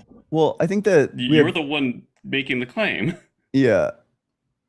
I also think that there are like semi-plausible arguments. Like you could, I gave this argument to the guest earlier that if time began to exist, then a timeless state would change into a temporal state, but a timeless state doesn't change, therefore time did not begin to exist.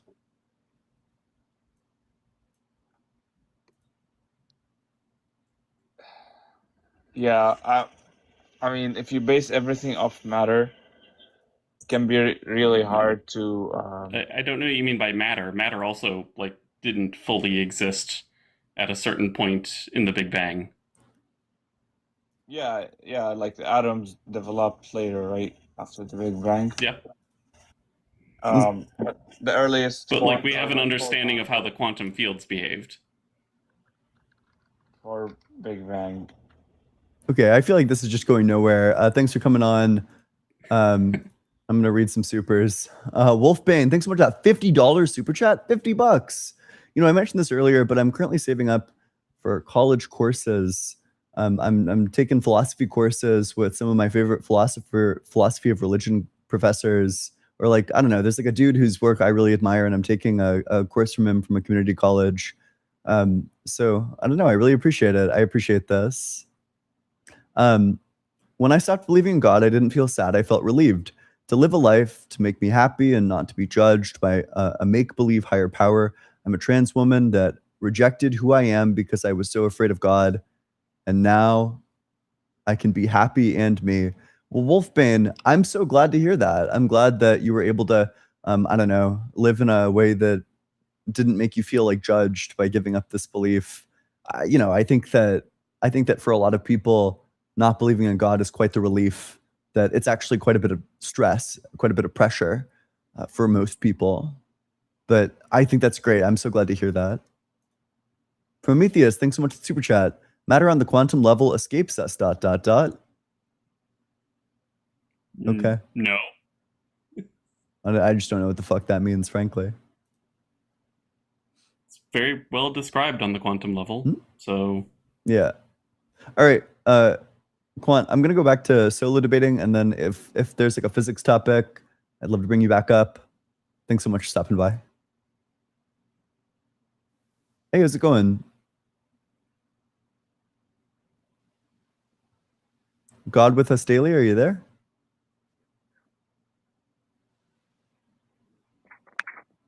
Hello? Can you hear me? You're quiet. Can you hear me? Yes, yeah, I can hear you. Yeah, how old are you? I'm in my 30s. Ooh, you got quiet just now.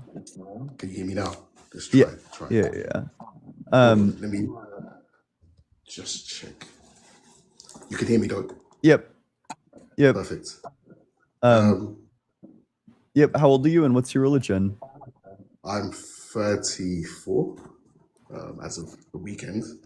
And I'm a Christian, actually. Okay, yeah, what makes you think that God exists? I would say, well, aside from personal experience, because I don't think that's debatable, it would be the scientific and logical evidence for God. Yeah, what's the scientific and logical evidence? Well, for me, I believe the universe had a beginning. I think science suggests the universe had a beginning. What in You're shaking science your head. suggests that the universe has a beginning? Well, If you're off the app, I can't hear you. You got to be on the app. I think the widely accepted science from the Big Bang Theory, Einstein. I mean, yeah. So, What I've read over so the years. here's a survey. This was done recently. They did a survey of cosmologists. According to the majority of cosmologists, around 68%, the Big Bang is a theory that says that the universe evolved from a hot, dense state that says nothing about whether there was an absolute beginning of time or not. So, according to the majority of cosmologists, actually, the Big Bang makes zero claims about being the beginning of the universe. Had a beginning. There was a beginning in time. According to what? Do you have like a survey that demonstrates that, or? I can't pull out a survey without Okay, going off the chat. so- Can you pull up a survey? Can you Yes, do a yes. Google? The survey. It's literally right there in front of you. Here's the survey. How about do a Google? Did most scientists believe time had a beginning? I'm Let's start presenting with you that. with a survey. That's one survey. How many That's one surveys survey. have? Okay, so then we'll just tally up That- surveys. So I presented one, you presented zero. So I guess we'll I go with can't my present one any. survey. I can't currently present any because you've got that one survey. I can't go off the app and pull up another survey. If you Most of want, the science- if you want to take like 5 minutes or something to go pull up a survey, you're more than welcome to. The Big Mysteries survey. Oh yeah, that's right. Didn't Phil Halper do another one?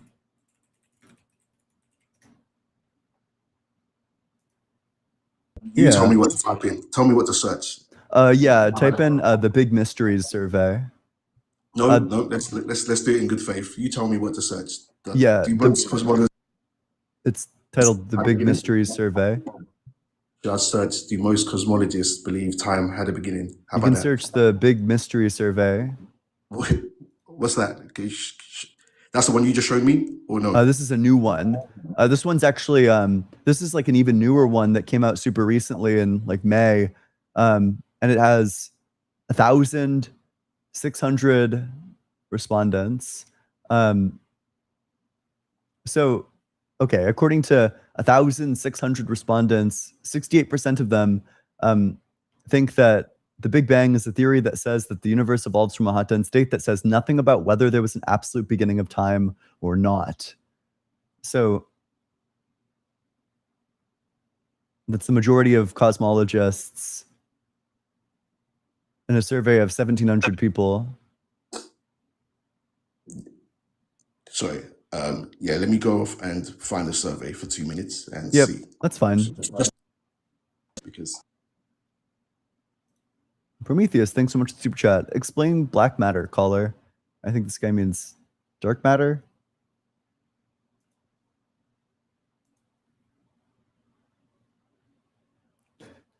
Vertigo twin, that's crazy. That's really funny. While we're waiting, I'm gonna plug my stuff. You know, we're doing a book club. We're doing a reading group. If you want to get started with philosophy, but you're not sure where, we're doing a reading group. We're currently reading Rosalind Hursthaus's On Virtue Ethics. It's the first chapter, not the introduction, but the first chapter is the one that you should read and come to the first reading group, the second reading group for it, which is the this Sunday, the 20th. It's going to be a blast, seriously. Last week we talked about the times where it's permissible to live a life that's like plagued by delusion, if it ever is permissible. We got clear on like what virtue ethics was. This week we're going to get clear on whether or not virtue ethics can make like clear prescriptions, whether it can tell you what to do or if it's too vague to be able to do that. It's Saturday the 20th. I'm sorry, I fucked it up. Yep. okay. Yep. Yeah, so I was reading the survey you sent, and it is very interesting to see that most cosmologists are in disagreement about this, which is fascinating. Mhm. But again, there's no real evidence for any of this, right? There's no actual evidence. It's just what they believe, right? Your claim was that the majority of cosmologists believe that there is a start. Yeah. So you can't have it both ways, right? Either like it's all bullshit, in which case, you need some other evidence to demonstrate that the universe began to exist, or you're going to take the science seriously and you're going to have to acknowledge that there's no evidence to suggest that the universe began to exist. Well, there is Either- evidence. Well, there is evidence, right? Because the evidence suggests, or what scientists tell us, that the universe is 13.8 billion years old. Since is the why Big it's Bang accepted. is what it Since the is. Big Bang. And Yeah. what happened, what was prior to the Big Bang, let's say? Yeah, Well, it's still that's an not open entirely known, question, right? but I think that we have good evidence to suggest that the universe goes through infinite cycles of rapid expansions and rapid collapses. So we know that the universe is going to end likely in a big crunch. That's indicated by the fact that the thing that's driving expansion, its acceleration, is slowing down over time. And if it Has that continues model to been slow tested? down Sorry at that to- weight or at that sorry rate, to then it's jump going in. to end in a big crunch. Sorry to jump in there, sorry. But again, that's one model. I don't think that model's been tested or repeated. There's There's no good actual evidence evidence for of it. that. But well, There's there good is. evidence. Yeah, like the DESI data, for example, the thing that I just cited. Again- So dark energy is getting weaker over time, which would indicate that a big crunch is going to happen. That's not widely accepted. That's one model. That's one Okay. theory. And Okay. while you can believe that, it's a valid model, right? But it needs to be tested. It needs to be repeated, and it needs to be. It has well, evidence for it. So given I have a choice to make in terms of which model I'm going to hold to. I think that And this you- one you has have the your most preference. evidence. I don't know about the most evidence. I Okay, think for more- sure. Which model do you hold to, and what's the evidence for that model? I think the long-standing model that the universe is 13.8 billion years old and it was the beginning of time, space, Yeah, and what's the matter. evidence for that? Well, I don't have this. Sure, okay, so then- I guess the So evidence I have would evidence be for my model. You have no evidence for your model. I'm not I sure why guess I would the accept evidence your would be- model. The evidence would be the expanded. You pointed to the expansion of the universe, which came from the evidence suggests it came from a single point in time, and it started to expand from.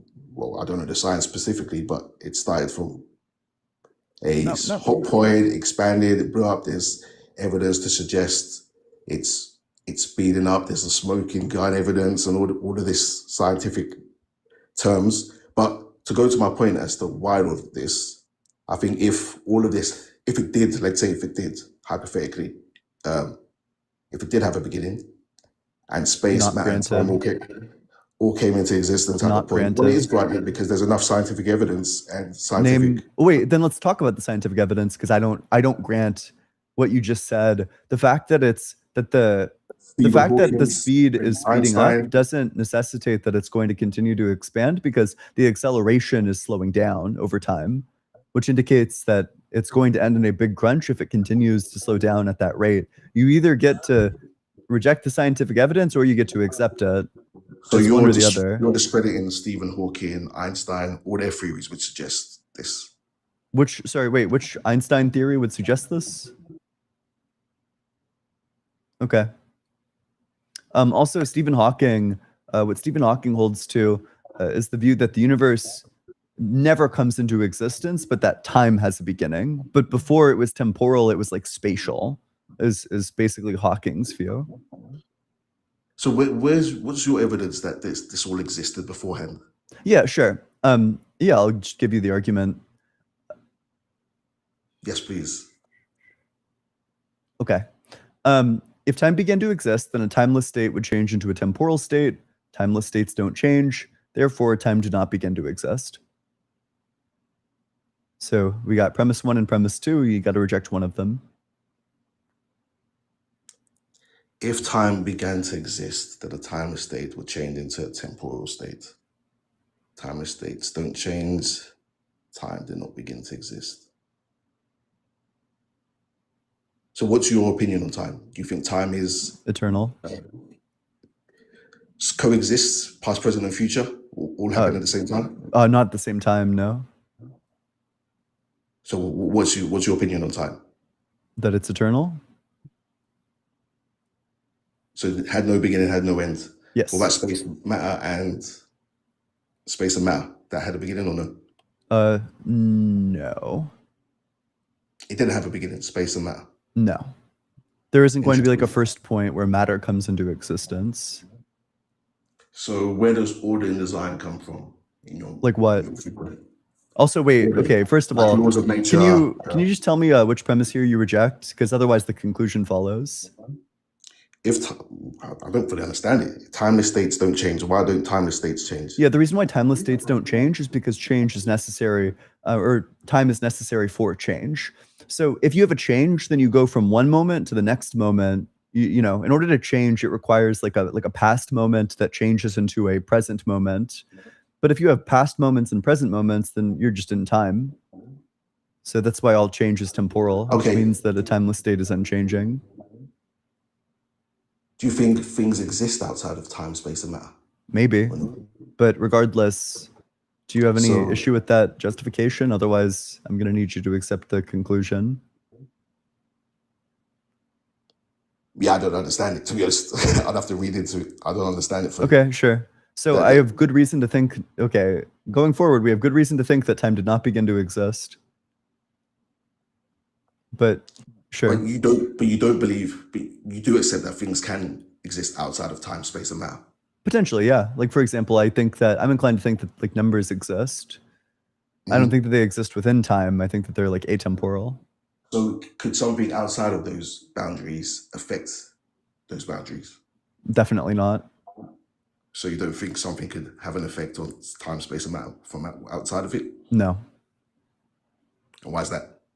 Yeah, and so far as the things that are atemporal are also going to be unchanging, which means that they're not able to actually take actions or even cause things, because either the cause is going to be eternal or it's not going to be eternal.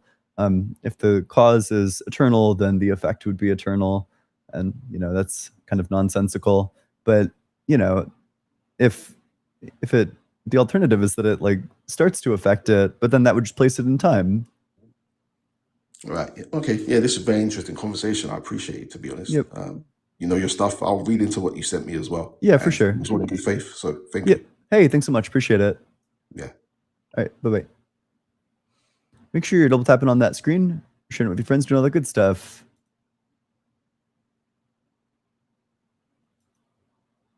Well, we're about to get refuted. Hey, how's it going? No way. What's up? Yeah, how's it going? How old are you? I'm mid-20s. Yep. Wait, and- so I just have an analogy for you. Yeah, go for it. I don't want to like argue anything. Honestly, I've never come on one of these live calls before. Sure. But I went on TikTok and I saw you live and I saw the on-screen hook. And I was like, is this guy baiting? Like you said, God isn't real. And I don't know which side you were agreeing with. Like if you're saying God is real or God isn't real. I'm an But anyway, atheist. basically, yeah, I understand. No, I was listening to you talking with that guy. So, wait, before I say my analogy, because I just have one analogy that I want to give and I want to get your perspective on that. Mhm. Why are you atheist? Why don't you believe in God? I think that so first of all, it depends on the model of God. So there are like some models of God that hold that God is like all good. I think that God doesn't exist because I think that if there was an all good God, then presumably there wouldn't be like such horrific atrocities, things like cancer, things like earthquakes, like presumably there wouldn't be any of those. But in terms of like, even if you take away the property of God being all good, I don't think that God exists either, because I don't think that a God could create. I don't think that time can be created. Okay. Understand. So, wait, first of all, have you heard of something called Pascal's wager? Yeah. How do you understand Pascal's wager in regards to like the idea of God? So Pascal's wager is basically saying that you have, you know, infinity to lose if you're wrong and infinity to gain if you're right. Or so okay. If I'm right, I have nothing to gain as an atheist. But if the theist is right, then they have infinity to gain. Basically, Yeah. I think that there's like a couple of problems with this. One, I think that you could Okay. do like a reverse God. You could do like an anti-God. You know, let's say that there's like a God out there who does exist, and he's going to like torture all the people that chose to believe in a God, some God. Well, if that happens, then I should just be an atheist. But God is, yeah, no, I get your point. That makes sense. But isn't God meant like God is God, right? So that means there's only one. There can't really be more than one God. If God is real, there should be one God, right? Oh, sure, yeah. If God is real, there should be one God. Yeah. Right. So how does that make sense? Just in regards to Pascal's wager was not what I wanted to talk about, by the way. It just came up in my mind because I remember seeing it ages ago. Yeah. But it was an interesting thing to think about. Yeah. So it's a question of Yeah. whether or not that God is gonna like torture you forever. And I just think that there could be like whatever God happens to exist, obviously, Yeah. like that God, you know, he's either gonna torture you forever or not, and there's gonna be like specific conditions under which he does that.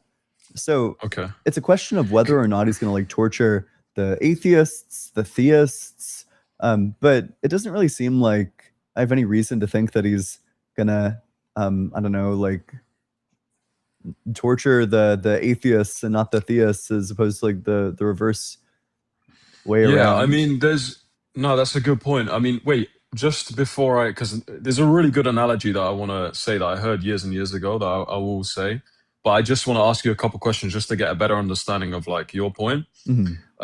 So as an atheist, how did you come to that conclusion? Were you always an atheist? Did you look into like lots of different religions, and then did you do a lot of research? Like, how did you come to that conclusion? I came to the conclusion. Well, I don't know. I mean, the story is that I was in like third grade, or I was in like seventh grade, and then my friend. How old's that? You're in America, right? Or- Yeah, I was like 13.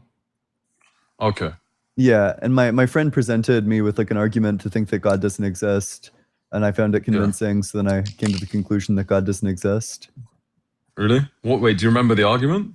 Yeah, it's pretty simple, but it's just like, do you think God can make a rock that's so heavy that he can't lift it? Do you think God can make a rock so heavy that he can't lift it? How does that? What's the logic behind that? Like that Yeah, he should be so either he can make the rock that's so heavy that he can't lift it, in which case he's not all powerful because he can't lift the rock, or he Right, can't yeah, make the I rock, see in what you which mean, case yeah. he's not all powerful because he can't make the rock.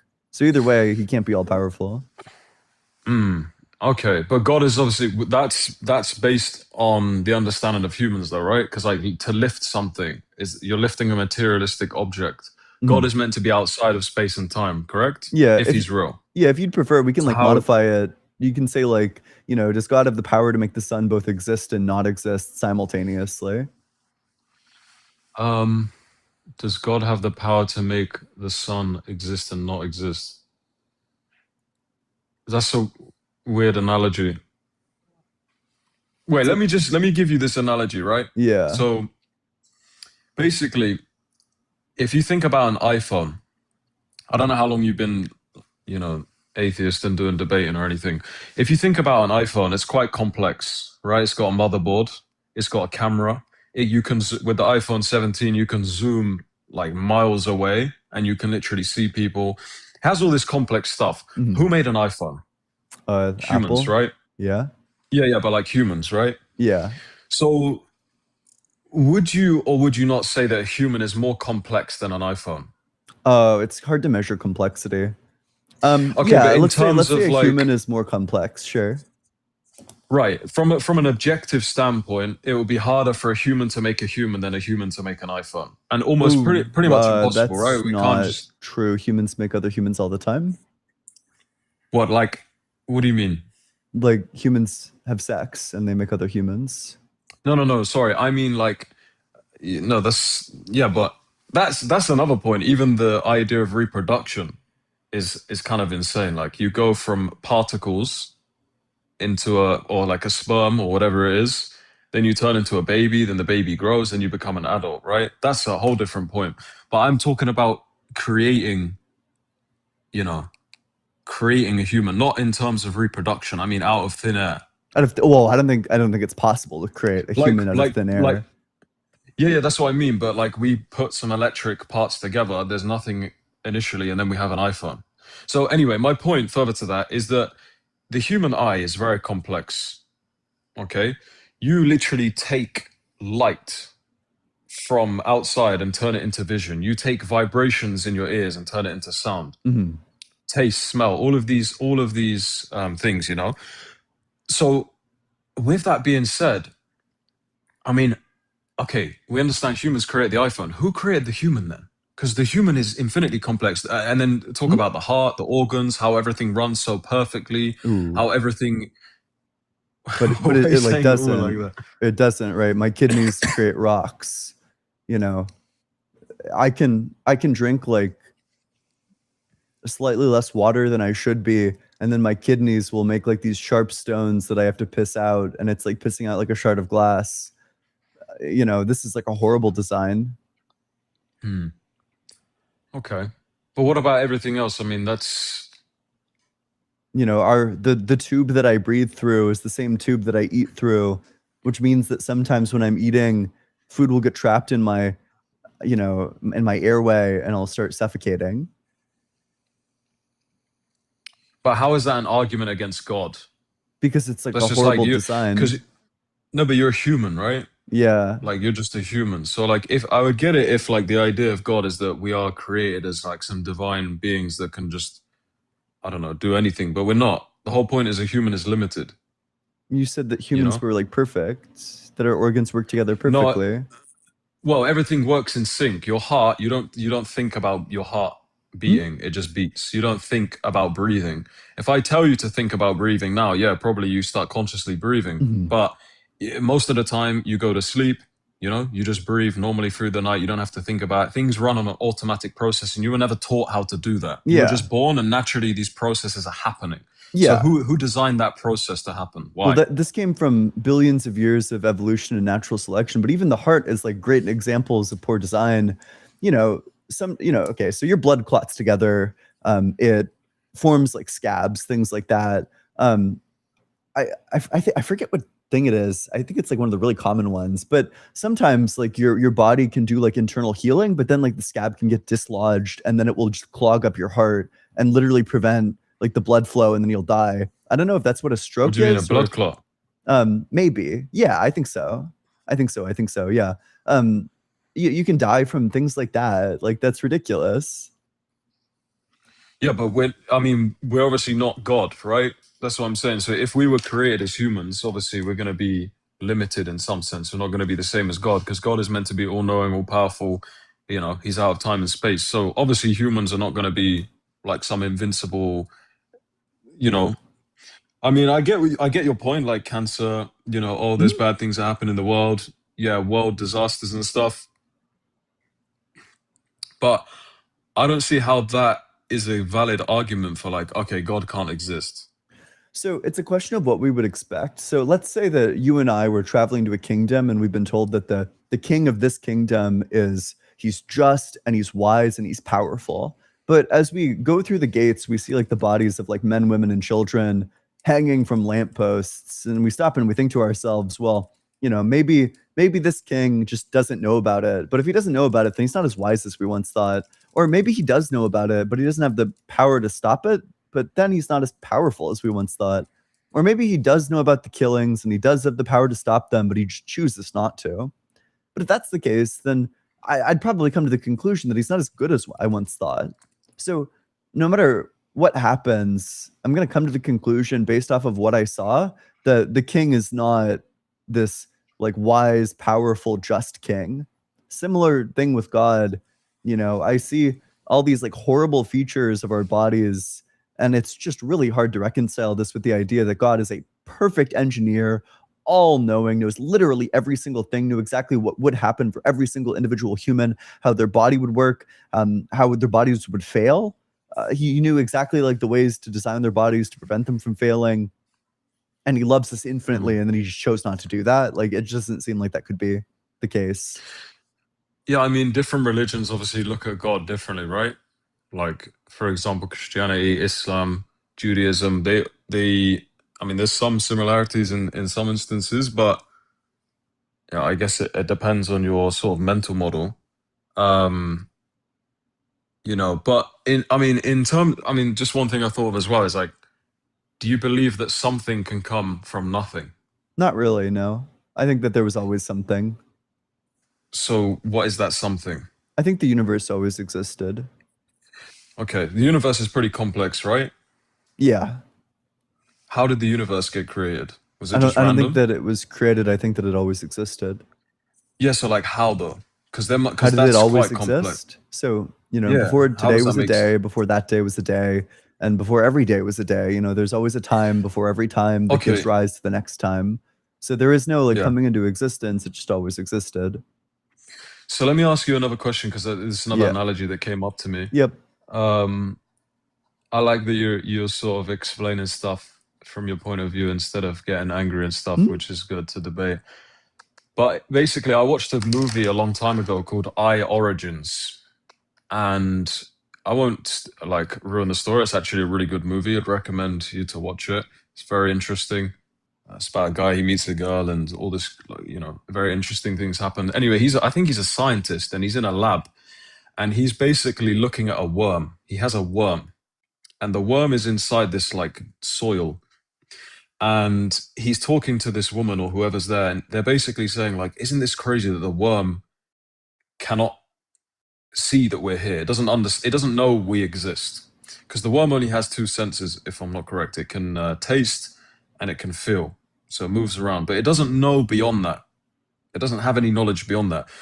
So what about humans then? Because we have what, five senses? What if there's something beyond that? Hmm? Yeah, it's like a great question. There are things that are beyond our senses. Even like, so for example, like the human eye can only see specific frequencies of light. There are other frequencies of light out there, and in fact, other animals can see those frequencies of light, but humans can't do that.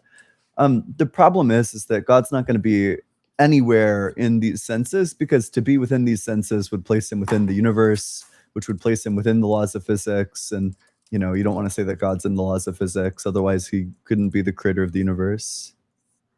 What would you say to things like, I mean, let's look at references from ancient history, in one of the religions. Let's look at the Quran, for example, in Mhm. Islam, right? I don't know if you've done much research Yeah. on the religion of Islam, but one thing that comes to mind is there's a part, I believe, that says that there's two areas in the sea where the salt water and the fresh water meets, and there's a line that splits it in between, which is a scientific miracle. And also, it's like, how can a guy, right? Wait, sorry, from what's the Quran 1400 verse for this? Let me find it. Have you heard this before, or is this new I think to you? so. Yeah, I've heard this. It's Surah Al-Furqan. It's the 53rd ayah. Hmm? So it says, and he who has released simultaneously the two seas, one fresh and sweet and one salty and Wait, bitter, it's and he 50. placed between Sorry, them. 53 what?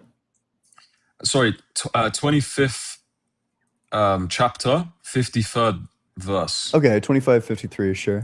And there's also another one which is Wait, the so wait. Let's go one at a time. Okay. And Okay. he's the one who Is it- merges. they're the same. They're talking about the same thing. There's another. Okay. There's another chapter with another verse that relates to the same thing. It talks about the two seas meeting one another, and between them is a barrier, so neither of them transgress each other. So my question is like, wait, how did that guy know that 1400 years ago? 25:53. And he's the one who merges the two bodies of water, one fresh and one palatable, and the other salty and bitter, placing between them a barrier that they cannot cross, but they do cross. I thought they mix. No, there's a barrier, and if you go on Google Maps, Yeah. wait, let me actually find out what it's called. The actual sea. Yeah, There's a what's name the for it. freshwater and saltwater one? The other verse, you mean?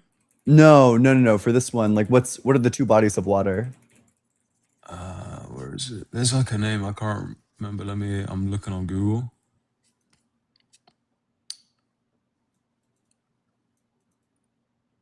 Oh, that's it.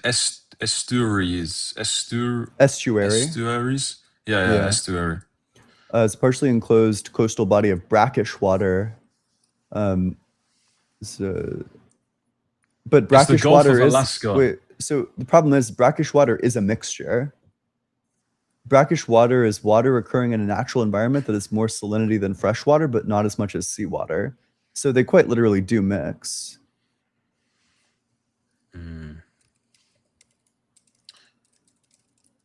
Wait, let me just search this. Yeah. I mean, go on Google and then search. Have you seen the picture? I think so. Like, you see how there's a barrier in the middle of them? I mean, obviously, I guess they're connected, right? It's not like there's legit like a invisible wall or something, but you can see the barrier, how like it's split. That's what it's referring to. Observed where the What's okay? What's the specific? Can you give me like a specific like a specific like body of water? What do you mean? Is there like some specific body of water that we can like look at as like a clear example? Oh, you want me to give you something to search so you can see this picture that I'm talking about? Well, I just want to know like what is it a picture of? So I'm looking here. I believe it's the Gulf of Alaska. Gulf of So Alaska. yeah, if you search up Gulf of Alaska, if I'm not mistaken, wait, let me check. Yeah. So yeah, it's the Gulf of Alaska. So there's like these two. Yeah, he released the two sides meeting side by side. Between them is a barrier, so neither of them transgresses. But like when you look at that picture, it's like, bro, that's hella crazy. Like, how is that even a Uh, thing? Gulf of Alaska, saltwater, freshwater, maybe. Yeah, I mean, I just searched Gulf of Alaska Quran, and then it comes up. Okay, well, I'm looking for. Is it this one? Okay, but like clearly these things do mix together. That's why Well, I guess I mean they the form sea like is the sea, brackish right? It's all water. one. Yeah, but like you see how there's like what is that barrier? Why does that exist? And why was that mentioned 1400 years ago? But it wasn't mentioned 1400 years ago if they mix. What do you mean? These things mix together, right? Like they're not strictly separated. They form what's called brackish water. What does that mean, brackish? Brackish water is just water that's like partially salt water and like partially fresh water. Okay. Mm.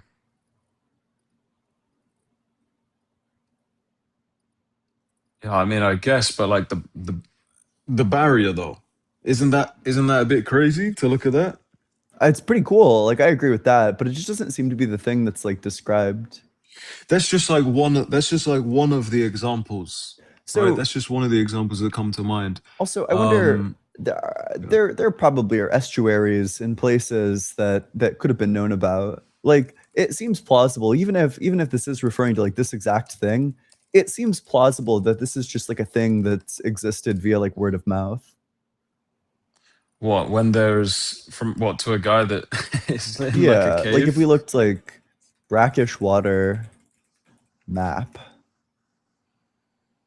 world list of brackish bodies of water.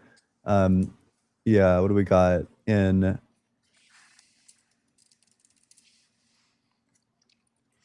Have you ever had a experience that is unexplainable? Like No, not really. Oh, you never had wait, something happen that's to you where crazy. you're The like, Black Sea apparently is brackish.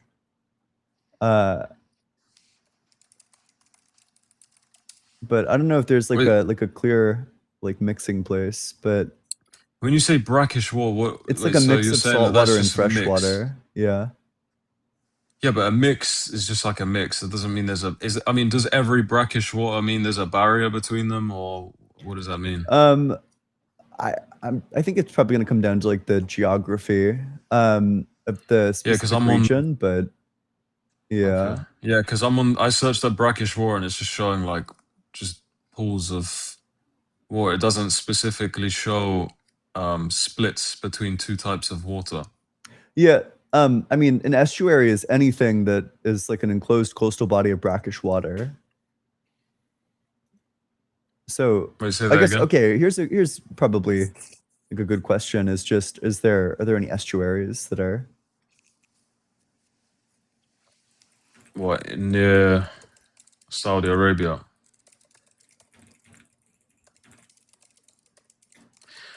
I mean, the thing is though, that's just one thing, right? There's so many other. You've probably heard all of this before. No, it says Saudi Arabia. There's nothing nearby but to that. probably like the entire Middle East region is like what we'd be interested in. Yeah, it says. Okay, let's have a look. Middle East. Oh yeah, look at that. Check this out.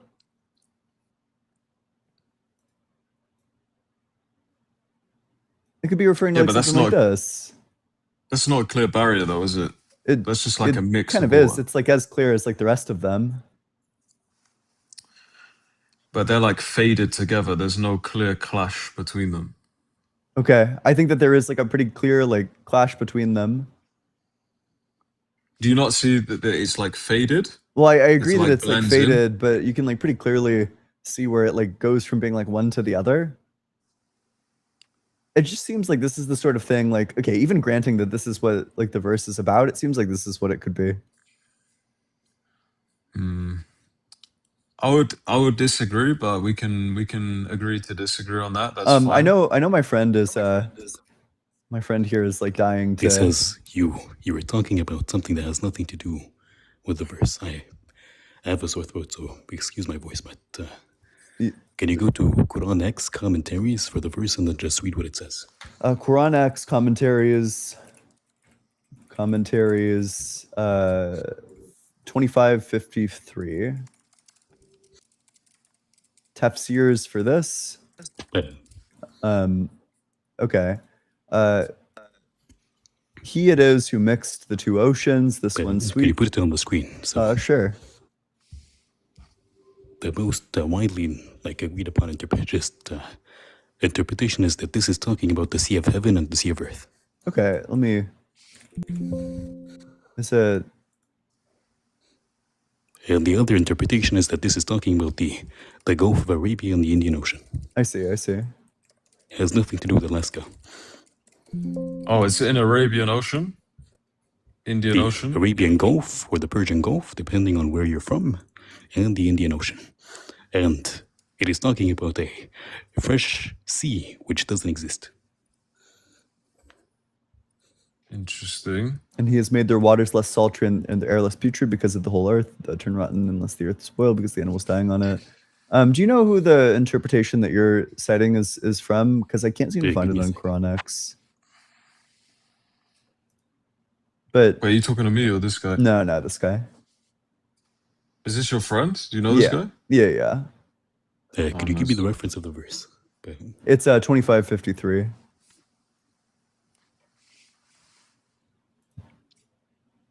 But while we're waiting for that, make sure you're double tapping on that screen, doing all that good stuff. Wait, so you decided to become atheist just from your friend giving you that rock analogy? Basically, but I think at this point I probably have like much better reasons to not be atheist than that. You have better reasons to not be atheist. Yeah. Like the thing that initially convinced me is different than the reason why I'm like still currently atheist. What's the thing that kept you? What's the reason that kept you atheist?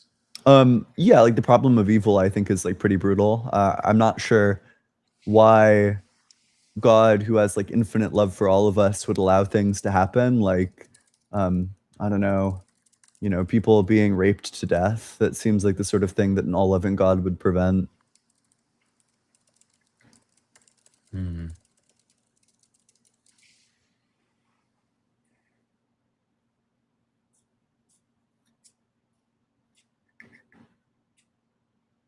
Yeah, I mean, it's a good point. I mean, the way that I look at it is that this world is temporary, and I mean, you could say God is all loving. My view of God is that He's forgiving, right? Obviously, I'm Muslim, if you couldn't tell, because I'm quoting Islam, right? Yeah. So, in Islam, we say that this world is just a test. It's a tabari, like in and it's a dunya, so it's like it's nothing. And essentially, those that God wants to guide, He will guide, and those that go astray, He will keep them astray. So no, it is God is causing them to be deceived. That is how it is said.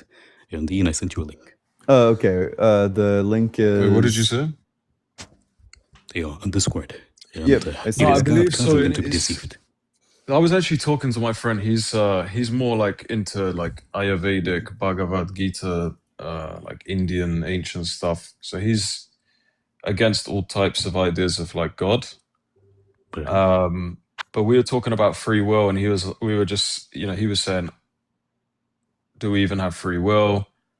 what if God is real? If God is real, I mean, technically everything's written. So do you really have free will? But as Islam understands it, you do have free will. How? But how could that be the wait, case if but God already knows but what you're going thing, to do? yeah, but things happen by permission of God. So for example, let's say, so God knows what's going to happen. So That is before we get into He knows the, that you're gonna, for example, make a prayer to get Dennis, something. just Yeah, go before we ahead, bro. get into that, can we just finish the whole two C's thing? Again, I sent you. Sure, yeah. I sent you I a so I have thing this to copy, pulled up. and then Control F and paste it into the Yep. site. Yep. Okay. So it's in Arabic and English. It's auto translated. Yep. Just, Yep. Where are Control you F, from? and then one of them is. Wait. What do you want me to search? There you go. A sea in the sky and a sea on the earth. Which two C's? There are two C's, one in the sky and one in the earth. And then Sure. the others have said it is referring to the Arabian Gulf and the Indian Ocean. Okay, I see. Mediterranean, Sure. So this does seem to It be is, talking about. It is the Mediterranean and the Persian are separated by a physical barrier, which is the Levant. Or it is talking about the heaven and the earth, and both separated by whatever is separating them, be it a dome or whatever.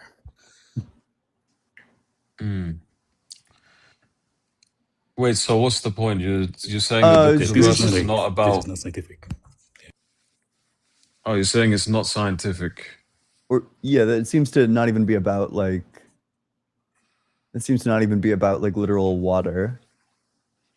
Wait, but you said there was one about the heaven and the earth, and then you said there was one about the The Arabian two and the Persian interpretations Gulf. are that it is talking about the sea of the heaven and the sea of the earth, and either that or the Persian Gulf or the Arabian Gulf and the Mediterranean, which are separated by a physical barrier of land. Okay. It is not talking about Alaska. So wait, what are you saying? You're basically disproving the Quran? I'm not disproving anything. We could get into that. I'm just telling you that the point you made was based upon you not understanding Islamic points. Oh Because yeah, that is bro. I not mean, how I'm the not a verse is used. scholar, right? I'm just a guy that believes in a certain way of life, and I just hopped on here to have a discussion, bro. I'm not here to like claim to be a scholar. I never said that. I'm literally, this is a debate, right? I'm just having a conversation. Yeah. But wait, I had another question. You said about evil. Yeah. So I'm just thinking. So I said like, what's the main reason that kept you? Yeah. Atheist after Definitely the the rock fact analogy. that like kids have cancer. I think that one's like pretty devastating. I'm not sure who's being tested when a kid has cancer. Is it the kid? Is it? And if it's Okay. not the kid, then like it doesn't seem very fair to the kid that they have cancer. So what you're But saying? the fact is that the kid could end up in hell after. Wait, so what you're saying is that basically, if God is real, he should be, all loving, whatever. There should be no suffering. Not even. But then, just that there should be no suffering that's like gratuitous. but in atheism, I mean, in atheism, what is evil? Because if there is no God, then how do you even know what's objectively wrong? Because the whole point in God is that you know what's right and wrong. Yeah, we could say That's- that what's evil is just like what's like failing to fulfill your obligations. So, for example, let's say that there's like a button in front of you right now. Pushing that button makes all cancer disappear. I think you have a really strong obligation to push that button, which means that God would be like really evil for not pushing that button. Right, but what's the point there? I don't get it. You're saying that so because God he has the could power to cure make it disappear instantly. If you had the power to make it disappear instantly, it would be morally obligatory for you to do that. No question about it. Like that's But like where the does first thing you morality should come do. from? No, that's my point. Where does morality come from in Yeah, I think- atheism? Because there's nothing to compare it against. I think morality is grounded in laws of logic. That there are certain necessary like value commitments that derive from laws of logic. So, for example, I think everybody, I think everybody's pursuing eudaimonia, the good life, and that what's required for this is going to be various virtues, and that these virtues commit you to valuing specific things, like valuing life, valuing persons, valuing like people's goals, things of that sort. you need to give all these things like a proper value in order to be logically consistent, and you need to be logically consistent in order to live the good life, which means that you're going to need to, in order to achieve the goal that you personally are aiming towards of living like a life that's worth living, you're going to need to be, or you're going to need to like deem these things valuable. Wait, but I don't, I get that, but like in regards to the, you know, something happening and you saying it's wrong or right, how does that come about without having God to say, you know, what is evil and what's good? Because the whole point, especially from a logical standpoint, if we're using logic, we're talking about objective facts. So how can objectively nothing is, if we're saying like God doesn't exist and we're looking at objective, that's what atheism is saying, nothing is wrong or right, you just decide what's wrong or right based on how you No. feel. Wait, 'cause why would it's that like ever your follow? perspective. Why would that be true Well, of because you say, atheism? no, because you're saying by logic, right? So Yeah. just what's clearly factual. So what's Yeah. clearly factual is that cavemen didn't go, ooga booga, I'm not gonna go and kill this Yeah. person that's outside Yeah, my yeah. And cave like, because it's wrong. yeah, and They just killed him. sometimes the dumb kid in the back of the class raises his hand and says 2 + 2 is 5, right? Yeah, I can just say that these people are wrong. Right. Yeah, no, of course, because everything was, you know, everything that we know now, since especially from when, I mean, humans became modern and got advanced, it's technically all social constructs like words, maths, all of that stuff, right? It's just we decided that things are a certain way and now we all agree on it. Oh, I don't grant that. I think that morals are So necessitated by if laws of logic. if I put a chicken sandwich in front of you and say this is a chicken sandwich, would you not agree it's a chicken sandwich, or would you say nah, it's beef? No, I'd agree that it's a chicken sandwich. Okay, so why do we agree that it's a chicken sandwich? Where did those words come from? Are Why you did we asking make about the those words or the underlying concepts? Because I agree, like you can assign like whatever sound of words you want to whatever underlying thing, but there's still Right. the underlying fact of the matter. Like the objective part isn't like the connection between like the sounds you make with your throat and like the concept. That's obviously intersubjective, but the underlying objective feature of reality is the objective part there. Right, but my point is that, yeah, okay, so you're saying objectively it's just, yeah, but what is it then? Like everything's labeled. It's all labels, Yeah, it's gonna be right? like So a how do chicken you distinguish? sandwich. Yeah, exactly. So how do you distinguish in atheism? You're saying like, oh well, things are evil. You know, this is wrong. This is right. How does that get distinguished? Because the whole point in religion, the whole point in God, is that you're like, yeah, this is the right thing to do. For example, in Islam, you give charity, you pray, you know, 5 times a day. You live a pious life. You live a righteous life, right? Yeah. So it's easy in that mental model to be like, oh yeah, I know I shouldn't kill people. Yeah, I know I shouldn't steal from people. That is completely against what is taught in the faith, right? What? Okay. Here's a So what? question. Do you think God So commands the things that he does because it's good, or are they good because God commands them? Like what direction does the grounding story go? wait, say the question again. Yeah. Is it good because God commanded it, or did God command it because it's good? Is it good because God commanded it? Yeah. Or wait, what? Say that again. Is Is it it good because is God there commanded it, or something is the reason yeah. why God commanded you to pray 4 times a day is because there's something intrinsically good about praying 4 times a day? Or did it become good only after God commanded that you should do it? Great question. So it's not in regard. So in terms of if you're talking about Islam, so essentially it's he doesn't need, it's not for him, it's for you. No, I know. It benefits you. But I'm That's asking the like whole point. where does the reason come from? Like my reason to do this, do I have a reason to do this independently of God saying to do this? Or do I only have a reason to pray Yeah, 4 no. times a day after God commands me to? I don't get the point, I'm not gonna lie. Do you think ethics Can depend you on God's will, or do you think they're independent of God's will? okay, that's a good question. Do I think ethics depend on God's will or independent of God's will? Yeah.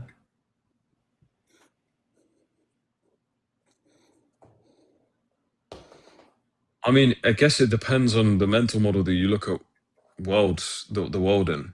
Because if you're a Jew, you look at the world in a certain way. So, ethics is one thing. Same with Christians, same with, probably atheists. The way that you look at certain things is different. So I really think it's just a perspective thing. But, bro, honestly, I'm not a scholar, so and I'm not, some It's like okay. If you guy want to look that into knows that all. more, it's called the Yeah. Euthyphro dilemma. Yeah, no, I will. What is it called? Euthyphro. It's so it goes back to Plato. One of Plato's early dialogues is called the Euthyphro. It's typed EUTHYF YPHRO, Euthyphro. And then the Euthyphro dilemma is the bro. question: is it good because God commanded it, or does God command it because it's good? It's asking a question about something called grounding. It's asking whether or not goodness is grounded in the fact that God commanded it, or is the fact that God commanded it grounded in the fact that it's good? So is it meant to be a contradiction or something to like? So both routes lead to problems. So if God commands it because it's good, then the goodness is independent of the fact that God commanded it. It would be good even if God didn't exist. But the alternative that, God commands it because it's good, that the reverse is that it's good because God commands it, well, then your ethics are subjective. God could command anything, and that would become good. Yeah, I mean, if we look at it from a standpoint of like religion, obviously the book is what you follow in any given religion. That's the whole point.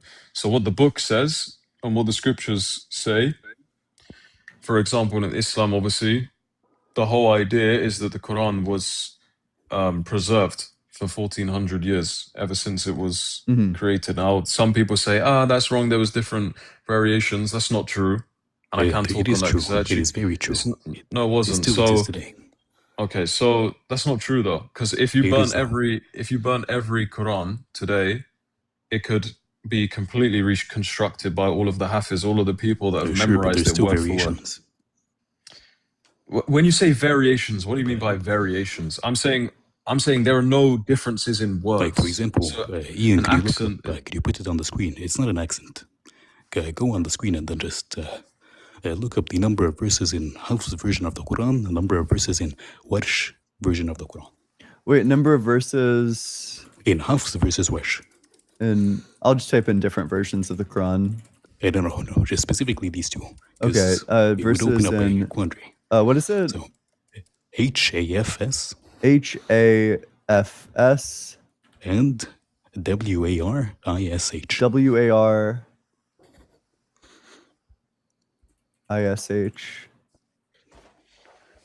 WARISH. It's so funny seeing all these people one of them has react in your 6,236 and then the other one has 6,214. So they have different. These are mixed, verses conjoined, verses omitted, verses added. And if you go to the actual wording of the verses, a lot of them have differences. Like, for example, one saying that and the angels who are with God, and then and then another says the angels who worship God, which is a clear difference in the text. It is not an accent. What's this? What's the names of this thing that you searched? You have not dozens, like maybe 10 different variations or even more. What's it called though? The thing you searched? Warsh and Hafs. The Hafs and the Warsh. Warsh, I'll screen share, I guess. Hafs and Warsh. You have a multitude of different versions. So what you're saying that there's things said in one of them that isn't said in the other one. Is that what you're saying? What I said is, I give an example. One says that, for example, the angels who worship God, and the other says the angels who are with God. That is a clear difference in the text. It is not an accent. One says that the repentance for I don't remember the crime specifically, but the repentance for it was feeding 3 poor people, and the other is feeding 1 poor person. Oh wait, sorry. sorry to cut this off so short, but there's like one more conversation that I wanted to get to before I go. I want to debate Pushback Ministries. But I want to go to the bathroom really quick. Molly, do you want to do some announcements? And then Thank you for having me up. Yep, absolutely. Thanks so much for coming on up, Ems. All right, I'll be right back.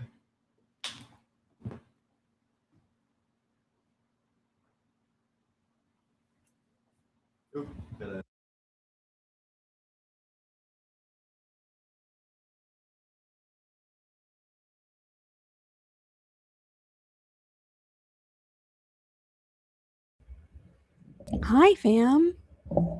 Sorry, it took me a minute to find all my unmute buttons because I have a lot now.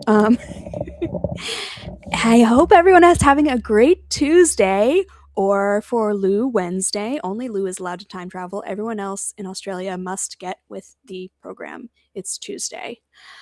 We are having a great week. I hope you are having a great week. It's raining at my house. Maybe you have some sun, but hopefully not too much. I know it's been really hot for some of y'all. But while we're here, and Ian's missing, rip, gone Ian forever. Please, if you're on TikTok, do lots of taps. Send your heartmeat. If you watch stream on TikTok every day, if you can send your OneCoin heartmeat, your OneCoin Go Popular, and your OneCoin community gift, that helps so much with the algorithm and gets us much better guests, and keeps the stream moving and up in the rankings, and that helps a ton. So please do those when you can. And also everywhere else you're watching, send those likes, those reacts, subscribe to the channels, join us in Discord because we're going to have a kick-ass book club this week. True. Everyone is still pumped about the one from 2 weeks ago when we did the intro. So jump in. Welcome back, Ian. Sorry, I drop all these pens all the damn time. Okay. Yeah, let's get the very next guest up.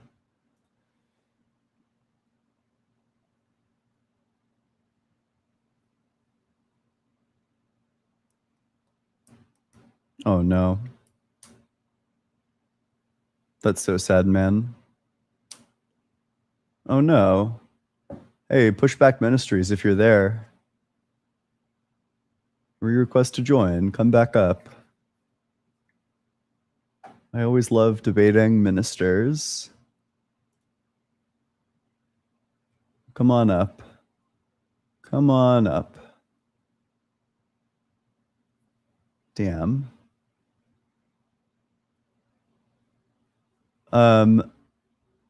That's okay. That's okay. Let me pull the next person up. Hey, how's it going? Hello? Yeah, what's up? How old are you? 25. Yep. And what religion? I want to just argue for the existence of God at first. I've been watching you for very long, and I think that it's always an experience. But I just wanted to give you some, trying to answer your questions. You asked some good ones. Yeah. Well, yeah, I mean, a lot of my questions won't apply if you don't defend a specific God, right? Like, obviously, for example, the problem of evil is irrelevant if you don't think God's all good. Yeah, that's what I want to talk to you. Personally, is there a huge stream of water crashing beside you? Oh no, I'm from New York, so you're gonna hear. I can go to a quieter block. Please, please. It's super loud. I was at an intersection. Sorry, and I can also disconnect my headphones to better quality, but hopefully it gets quieter. Okay. Anyways, is it getting better? Because I'm literally walking away from the intersection. Yeah, I think it sounds like it's getting better. Yeah. Okay. Anyways, so listen. I have a question for you, by the way. Yeah, go for it. I was overhearing you. I'm at work, so if I get fired, I'd like some reimbursements. Just kidding. But listen, I was hearing this conversation, and I was kind of spamming in your chat. I'm sorry, me next. But you guys were talking about something about energy. Mm-hmm. I'm not a science major. I'm a business major, so I barely paid attention to just the prerequisites. Yeah. But it seems like you guys were talking about thermodynamics. Yeah. And where the first law is something like the energy can't be created or destroyed. Correct? Yeah. Okay, so now this seems like I'm testing you, but of course not. So we both agree that there's two forms of energy, right? Kinetic energy and potential energy. Is that exhaustive? I don't know if that's exhaustive. I know that there are those two forms of energy, but I'm not sure if those are exhaustive forms. I mean, any form chemical. I mean, again, there are subcategories, but which essentially falls under those two primary forms of energy, right? I have no idea if that's I don't even know if that's true. That could be true. I'm not sure. That's my understanding of it. But sure, I guess, since you don't have anything against it, I guess we could just proceed forward with it to where I'm trying to go with it. Is more so of the fact that if it is the case that, it's potential energy and kinetic energy, which kinetic energy meaning things in motion, an object in motion, and whereas potential energy is things, an object that is still.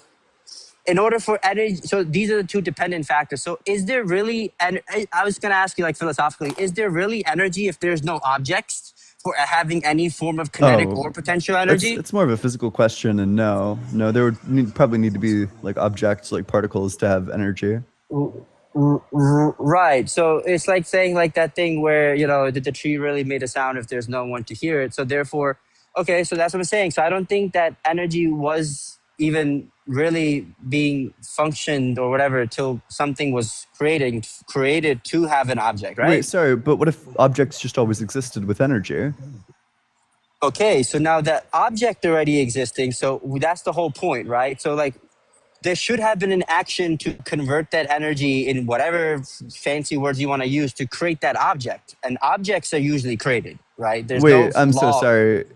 Why was it impossible for there to be like an infinite regress of energy, objects, time, space, etc.? Okay, I'm not saying that that can't be possible, but are you open to the fact that it's both worlds are possible, right? I'm spiritual, by the way. I'm a deist. By the way, you asked me what religion. I would like to ask you to go against your arguments. Like, why can't something? I forgot what I wanted to say. Oh yeah. Okay, I'm completely pivoting. I love when you say pivot. I'm about to completely pivot to something else. Yeah, go for it. And I kind of concede because I wasn't really going with this. But that's fine. That's you fine. always when we ask you like people talk about ethics and morals, like you're an atheist. You could never know what's right or wrong because you're just using your mind. It's subjective. Whereas we have this God. Okay, and then there's two things, right? You can you say, well, if God is, we say morals are also eternal, whereas God is choosing that this is right and that's wrong. So therefore, but you're a deist. You say that that's also like subjective. This doesn't apply to you. I know, exactly. However, as I said, I'm just trying to argue against your things because I defend the things that you believe.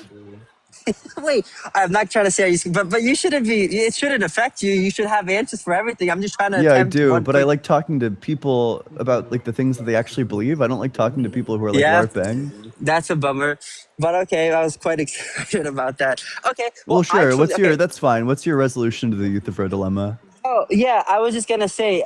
So even if I agree that it would still be ultimately subjected to God's mind, I was just gonna quickly end the conversation by saying, there's still a huge distinction between a finite mind and if it's the case that you are arguing of a being that knows everything. He's all knowing, so it's much more rational to believe the things that an all-knowing mind is choosing for what's right or wrong than versus someone who's finite. Well, okay, the problem is that even though God's all-knowing, the moral facts are grounded by the fact that he commands them.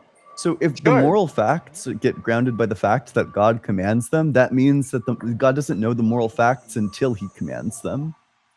That's kind of the problem. But what's your issue? But then even so, but then what would your issue be from accepting of what he's commanding coming from an all-knowing thing? So here's the problem with the view is that if God commands you to go and like rape a bunch of children, then you become committed to the view that raping a bunch of children is good.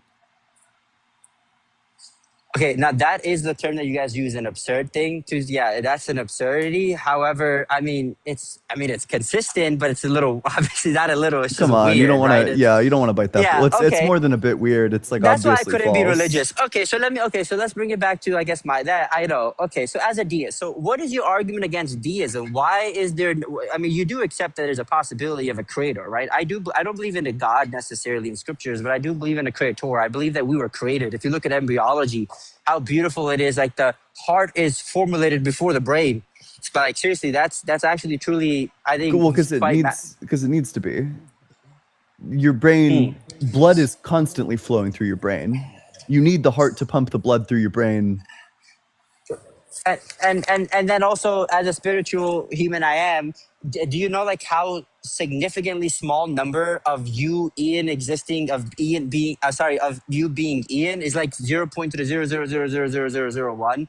I think that is also quite fascinating as well. If it was mere like, you know, what you believe is what I don't even know what you believe, by the way. I mean, like, you just think I that think crystals are the true thing. I think that, you know, you have good vibes and bad vibes based on the crystals that you Okay. keep near you. Okay, I think that how intricate human bodies are, if you look at our DNA, which is quite literally coding, I just think that if I have two choices to believe, like, hey, you were created by something that is far greater than humans, or B, you know, I don't even know what's the alternative. Well, by the way, what's the alternative for everything that we view if it wasn't Crystals. created? Crystals. we Yeah, got- I just think that that's a little less convincing than. But we see crystals. We have good evidence of crystals. Yeah, crystals were created. Yeah, well, crystals. I mean, we see crystals coming into existence, but you know, they always come from, you know, deeper crystalline structure. You know, the geometry that underlies it. You know, that's why crystals created everything, is because of their geometric structure that's present in everything. They're immanent. Okay, I guess he's just trolling. A And, little bit. Finally, but not least, I just if it's as a favor, I want to also tackle one of your other arguments, if it's possible. Yeah, go for it. You always talk about like this thing of hell, of why is hell unjustified? Oh, yeah. Justifying. Yeah, this is like giga unjustified. Yeah, hell is like a crazy doctrine. May I try like going? Okay, I just Yeah, like you try may. going back and forth with why it's justified. Okay, Sure. but that also we both have to be consider the fact that if it is the case that, you know, I forgot the word, internal critique, right? So if it's an internal critique, then everything should follow. And therefore, I was born in a Muslim family till my mother kind of said, yeah, you can't live with us because you're not religious. But anyways, it's just some things didn't add up, like why happens. But anyways, but more importantly, I do think that how it could be justified, but when you say it's unjustified, is for the fact that, by the way, I guess you can give the argument before I do Yeah. combat it. 'Cause I don't want to make the argument Well, yeah, for you. there's two problems. You can take whichever one you want. The first is that hell prescribes like two outcomes. One is like infinitely bad, one is infinitely good. And the only way that this could be just is if there are no edge cases. If there are any edge cases at all, I mean, a just punishment comes in degrees. You know, the punishment needs to be proportionate to the crime. So you can have Okay, two people who are live like basically the same life, and then one of them ends up in heaven, one of them ends up in hell. Obviously, the But- proportion or the punishment there is like disproportionate. The other issue is that, I mean, it's an infinite punishment for finite crimes. Come on. Okay, it sounds right by itself, but however, there are some things for you to consider. Is first, are you open or aware of the fact that there's not one fundamental hell? There's like levels of hell and paradise. Says who? That's a good question. I don't want to go in scriptures because I'm not much of a scripture reader. But I will, I guess, combat the finite sin versus an infinite Sure, go for it. punished. Now, based off of what I heard, would it change your mind if I tell you that we had actually consented when our soul, in Islam, somewhere it says in the hadith that our vocal cords are going to speak for us, the time when we 10 times had accepted to put us in this world to test, and I will prove and I will do as what you asked. Now, no, but what, okay, so Yeah, why does that not make it justified? Yeah, let me give you an analogy here. Let's say you wake up in a room and somebody like viciously like rapes and like beats the fuck out of you. Like they're doing like insane shit to you. They're like torturing you. And then at the end of all of it, you're in like total trauma. And then they like wheel out like the television set and they play like the video of like you consenting to all of it and consenting to having like your mind wiped. Like I actually don't think that makes it fine. I think that might make it like a twinge better. I don't think that makes it fine. I don't even think you're in like the same ballpark of as like permissibility with something like that. Interesting, very interesting when you put it like that.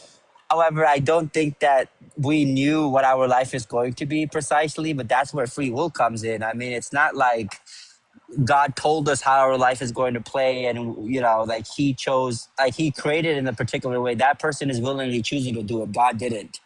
I mean, I think that's the difference. Okay, in so the analogy. here's like a critique. I don't think God being all-knowing is compatible with humans having free will. If God knows what we're going to do, then there's no possible world where we don't do that.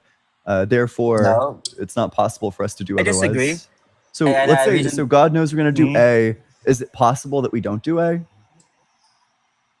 I don't even if it's the case that it's not. Oh my god, I can't speak. Even if it's a case that it's not possible, I don't think it negates free will. And the reason why I say that is because, for instance, because you have to remember, God does not work in this linear function of time as we do, from past, present, and future. He's like the third person from outside. He already knows the past, present, future before it occurs. Which therefore, I'm going to give you an analogy to kind of really that you can resonate with. Like if we had a football game recording, and things had happened, if team A versus team B, they actually, team B won, and I give you a recording next week, and I have already know that team B won, and there's no possible way that team A will ever win in that recording. However, so the same goes for God. Like, yes, because he's all knowing, just like that recording, he knows that team B is going to win, but that doesn't mean team B didn't win naturally without any preset conditions. Sure. So are you Yep. saying like God's knowledge is grounded in their actions?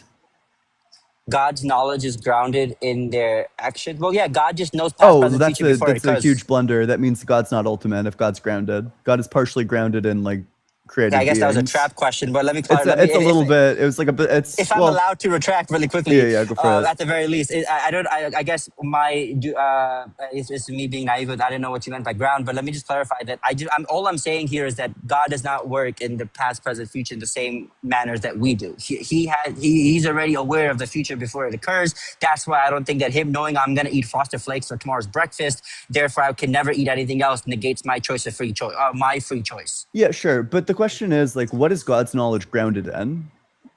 I don't know what that question, what you're asking of. So we would say that like the video recording of the team winning the game, that recording is grounded, or it's probably just caused by the fact that they won the game. There's like a causal link between them winning the game and Better the video players. recording showing what it shows. But you don't want to say that there's like a ground, like part of God is like caused by us, and you don't want to say that part of God is grounded by us. By the way, there's a thing called I don't know, there's this really intelligent dude on like Phil Bro Discord server, but I don't have time for work anymore. But he kind of explained it that there's two subsets of will. There's one dedicated to God. I don't know what he was saying, but I guess I'll just answer the question. Whereas no, I don't think in my understanding that God has any influence. Although there's a thing called qadr. Nothing can happen other than God's will. Whatever he wills must occur, which is like on the grand scheme. I'm just not well knowledgeable to kind of explain it to someone who's never been exposed to it. But then there's humans' free will. So like, for instance, that's why we pray. We believe that if God... it's so hard. There's a thing called qadr, which is God's. Like, if God doesn't... like, nothing happens without God's will. Even like a leaf falling off of... That can't be true. That leads to like instant absurdities. Like determinism. Yeah, that does lead to determinism. But like more so, but whatever we do at best of our ability, I still didn't see what your issue was with me saying God knows the past, present, and future. Therefore, like him knowing an accident's gonna happen on Tuesday for, if it happened, why is that not someone making an actual mistake from his own choices?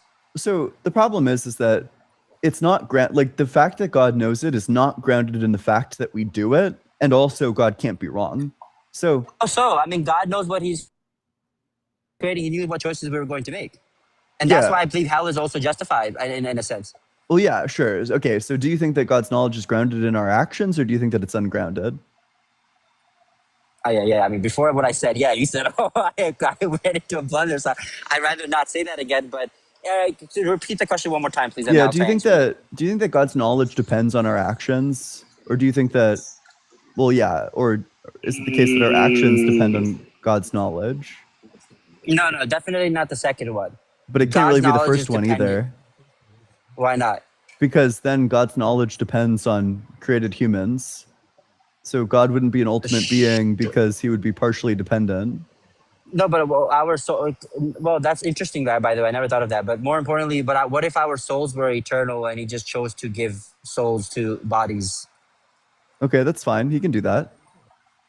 Okay, so if that's the case, that resolves the problem, though. Why not?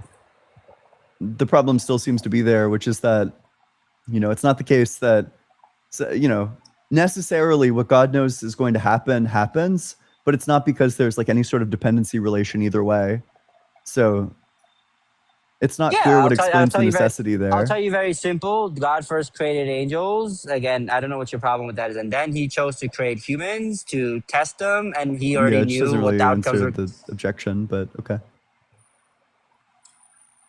So the objection of that is what exactly? That is So, dependent of how, okay, here's like a different form of the objection. Do you think prior to God choosing this timeline, did God know exactly what was going to happen?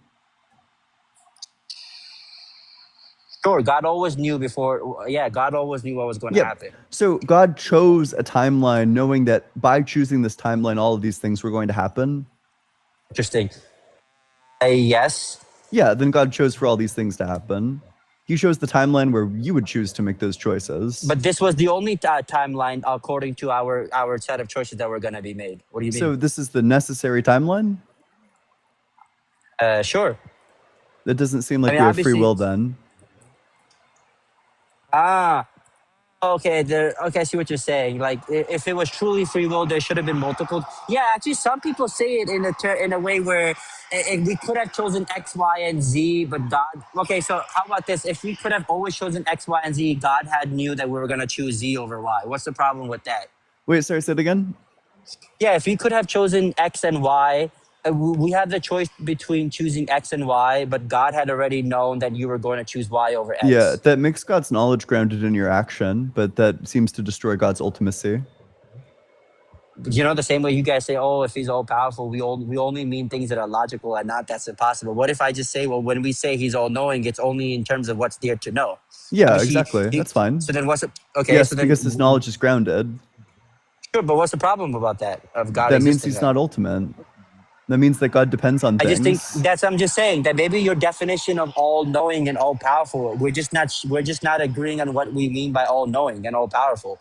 Just as again, I'm trying to make you understand, like when some Do you people say think all that- powerful, Do you think they that God mean like, partially depends on things for his existence? whoa, I don't know about his existence. He's independent, of course. But more importantly, Does he depend on things for his knowledge? I mean, obviously, there has to be something there has to be things for him to know, right? If that thing is not there, then there's nothing to know to begin with. Okay, so does he depend on the things that he knows in order to, or like the object of Yeah, his the knowledge? things. Yes, Again, I'm So just gonna word God's like knowledge things partially must. depends on me? I'm not saying that. I'm not saying the way you're saying it, but things must exist in order for him to know. Something that doesn't exist, he doesn't know of course. Oh, That's well, that you just don't logically want to say follows. that one either, because then that implies that God lacks knowledge of like possible worlds that don't Again, that aren't actual. well, again, if it's a possibility, then therefore, what are you talking about? Then therefore, he does know, of course, right? Because it's possible. I'm just saying things that are not possible, not things that don't exist. He doesn't know of course, and Yeah, I don't wait, see any issue. so there are things that are possible but not actual. Obviously, the same was right? yeah, exactly the same way X Does was God have possible. knowledge of things that are possible but not actual? Yes. So, okay, sure, then God does know things that don't exist. Again, like example, I told you that we could have chosen X and Y. He knows about X as well. He knows about Y as well. And he also knew we were going to choose Y. Yeah. Although we could have chosen both. So exactly. Sure, okay, so then you do agree that God knows about things that aren't actual. Sure. Like as long as God they're knows possible. about the timeline where I chose to wear like a hat today. Yep. Okay, sure. And he also knew that you could have chosen not to wear a hat. They're both possible. Yep. And you just happened to choose a singular timeline over the other. Yep, sure. But what determines in virtue of what does God know these things? I don't know what you mean by the term in what virtue. Like what fixes God's knowledge to be what it is? Your actions. So God's knowledge is grounded in my actions. I'm okay with saying that. Okay, then God is partially grounded in my actions. Again, I don't know why you keep God's saying not that. ultimate. God, you don't think God's an ultimate being? Bro, again, this is exactly sounds like when people say, I recently learned not to say that God can choose to do anything. And then people start saying, oh, can he choose to make atheism true? Like, obviously, no shit, right? Parker did that to me once, like a few months back. He's like, oh, if that's true, can he make atheism true? Like, no, because that just doesn't logically follow. Mm-hmm. Or people say, oh, can you make a squared circle, right? When I use the term all powerful, all I mean is the things that are possible to do. Now, if you mean ultimate by knowing things that literally don't exist, that's not what I mean by all knowing. All I'm saying is he knows everything that there is to know. Yeah. Period. Yeah, right. And I'm totally tracking along with that, right? Like God But you knows haven't all the facts demonstrated that are that. existent, right? Like he knows like 2 + 2 is 4, but he doesn't know Then you like haven't the demonstrated. location Then of the why is clit, he? like things that can't be known. Like I get that, but But then you haven't demonstrated that. How is he not all knowing? Just because it depends on what what I'm what saying is that choices he's you not make. ultimate. I don't know what is that. What is that? Define Yeah, ultimate. ultimate means that you're not dependent on anything. You're like an independent being. Ah. Okay, wait. I have a question. If Yeah. I say that he already knew before you were even created to what you were going to choose, does that make him independent and ultimate? He knew before you were created. So the question then becomes like, what is this knowledge grounded in? Like in virtue of what does God know this? Ooh, if I can only find that answer if I have to leave just in case someone calls me, then therefore would you be a converter? Would you be a believer then? Wait, sorry, what?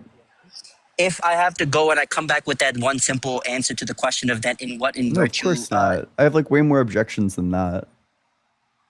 like what? This Like feels different like a arguments, or pivot, like complete? sure. Oh, you meant like completely different arguments. Okay, let's Yeah, not do that. Maybe you have other people on the yeah. on the queue. Yep. Let's just stick with here. So, can you just repeat back one more the question that you had asked in the end? Yeah, so here's like the general structure of the objection. Typically, the way that people try to avoid the argument that God's omniscience necessitates that we don't have free will is they want to say that, God knows what you're going to do because you do it. That is to say, Yeah. God's knowledge is grounded in your action. The problem is that the doctrine of divine aseity holds that God is a totally independent being, but God is like partially dependent. He's dependent for his knowledge on the world external to him in order to have this knowledge. So it doesn't seem possible like this mind can be all knowing. So can you fill in the blank? Like God is dependent. God knows of what you're going to choose before you're created, makes him dependent because his knowledge is grounded in things external to himself. That's how knowledge works. That's how knowledge itself works. Yeah, that's the problem. You can't have like an ultimate omniscient being. Yeah. I don't like think about this, right? There's one box and I have 100 circles in there, right? Okay. And and God knows that this squares exist, or like 3 squares exist. There's 3 humans with 100 circles of 100 choices they're going to make. If I remove that square, obviously the 100 circles are going to get removed with it, which are the choices. So I'm not understanding how this is making him any less knowing, just because if there are no squares to begin with. Wait, you're missing the objection. Of course he had to. Of course, they have to be squares. There have to be people making choices in order to know about. Whoa. So first of all, you already conceded that point's not true earlier. You agreed that God only knows things that are actual. He doesn't know things, or that God does know things that aren't actual. So God will know things even if they aren't actual. He knows things like from contingent but not actual worlds.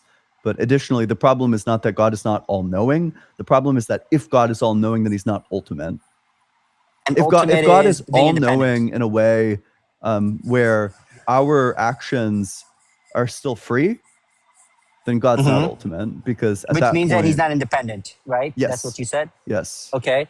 And he's by the way, he had this knowledge even before you had been created and make those choices. And he's still not independent under your view. Yeah, and I is that grounded in the fact that I take the action? No, he knew before you took the action. It's not grounded? I've repeatedly been saying this. Sure, so it's not grounded in the fact that I'm going to take the action? Yeah, because he knew prior to you doing so. Yeah, sure, okay. So then is it possible for me to do otherwise? I mean, I wouldn't know till you do it, other than God. But like from God's perspective, is it? Yeah, no, not in God's perspective. Oh, okay, cool. Sure. So then from God's perspective, I don't have free will. But I'm okay with you saying that, long as you and I can agree that in my view you have free will, and your view I have free will. No, you don't have free will in your view. God doesn't. Oh, sorry. Okay, wait. Let me walk you to the last step. If God believes something, is it true? Yes. Sure. So God believes I don't have free will. If God believes something, it's true. Therefore, it must be true in your view. No, it's not that God doesn't. God believes that you have free will because you make your choices freely. It's just that by definition, since something knows something, then therefore you are implying, or you're rather asserting that you don't have it for some odd reason, which I don't understand why. I think that's didn't dishonest. You just say that from God's perspective, I don't have free will?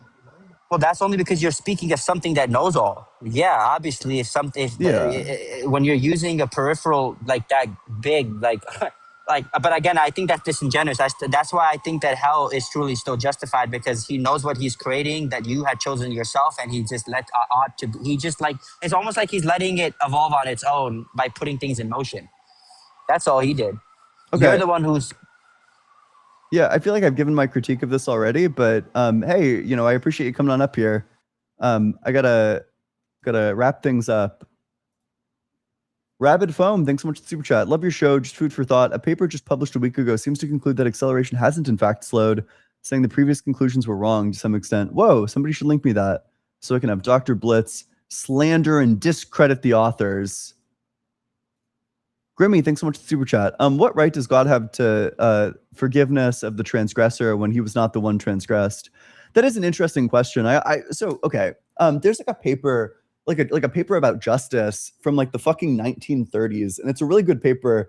But basically, the argument is something like, you know, the person who's passing the judgment, like the judge needs to be different from the victim, because the victim needs to forgive, but the judge cannot be forgiving. Like the judge needs to do his fucking job, his or her fucking job.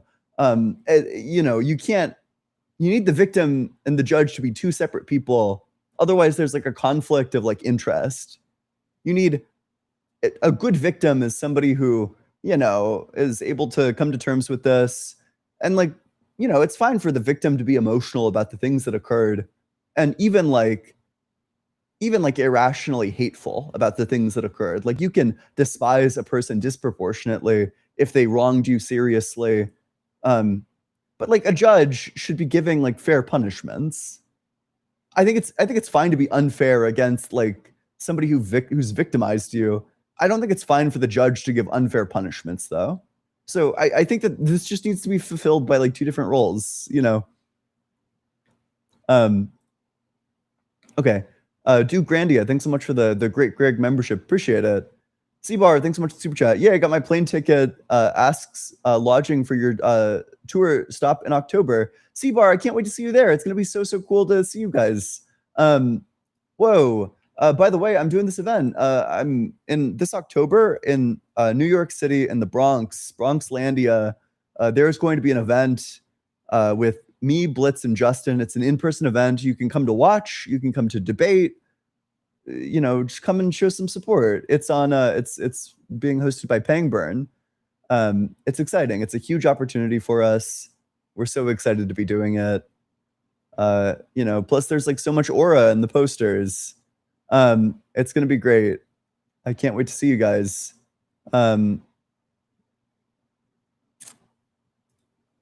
Dr. Fudge, thanks so much for the super chat. You do agree on what all-knowing means. You're just appalled by the implications, but not sufficiently capable of resolving them beyond just rejecting them through mystery fog, dingus. That's probably true. It's like about right. Yeah. Oh, wait. Oh, okay, cool, sure. Steph, thanks so much for the 10 EGP. I don't know what the fucking EGP is, but I appreciate it. Okay, I just released a new video. Just dropped a new video. It's titled Phil Newbie Fumbles Contingency but Bows Out Gracefully.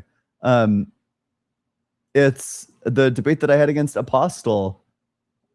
Oh, it dropped 24 minutes ago. Okay, go watch it. Go watch it. Go head over there. Go watch it. It'll be fun. It's a blast. We talk about modal collapse, which is a great argument against simplicity. Anyway, love all of you. Have a great day. You guys should all come to the book club. If you want to learn about ethics, we're reading Rosalind Hursthaus's On Virtue Ethics. It's great. It's a good book. It's a great book. It's the best book. Rosalind Hursthaus's On Virtue Ethics. Come check it out. It's going to be fun. It's going to be the best reading group. Never been a better one.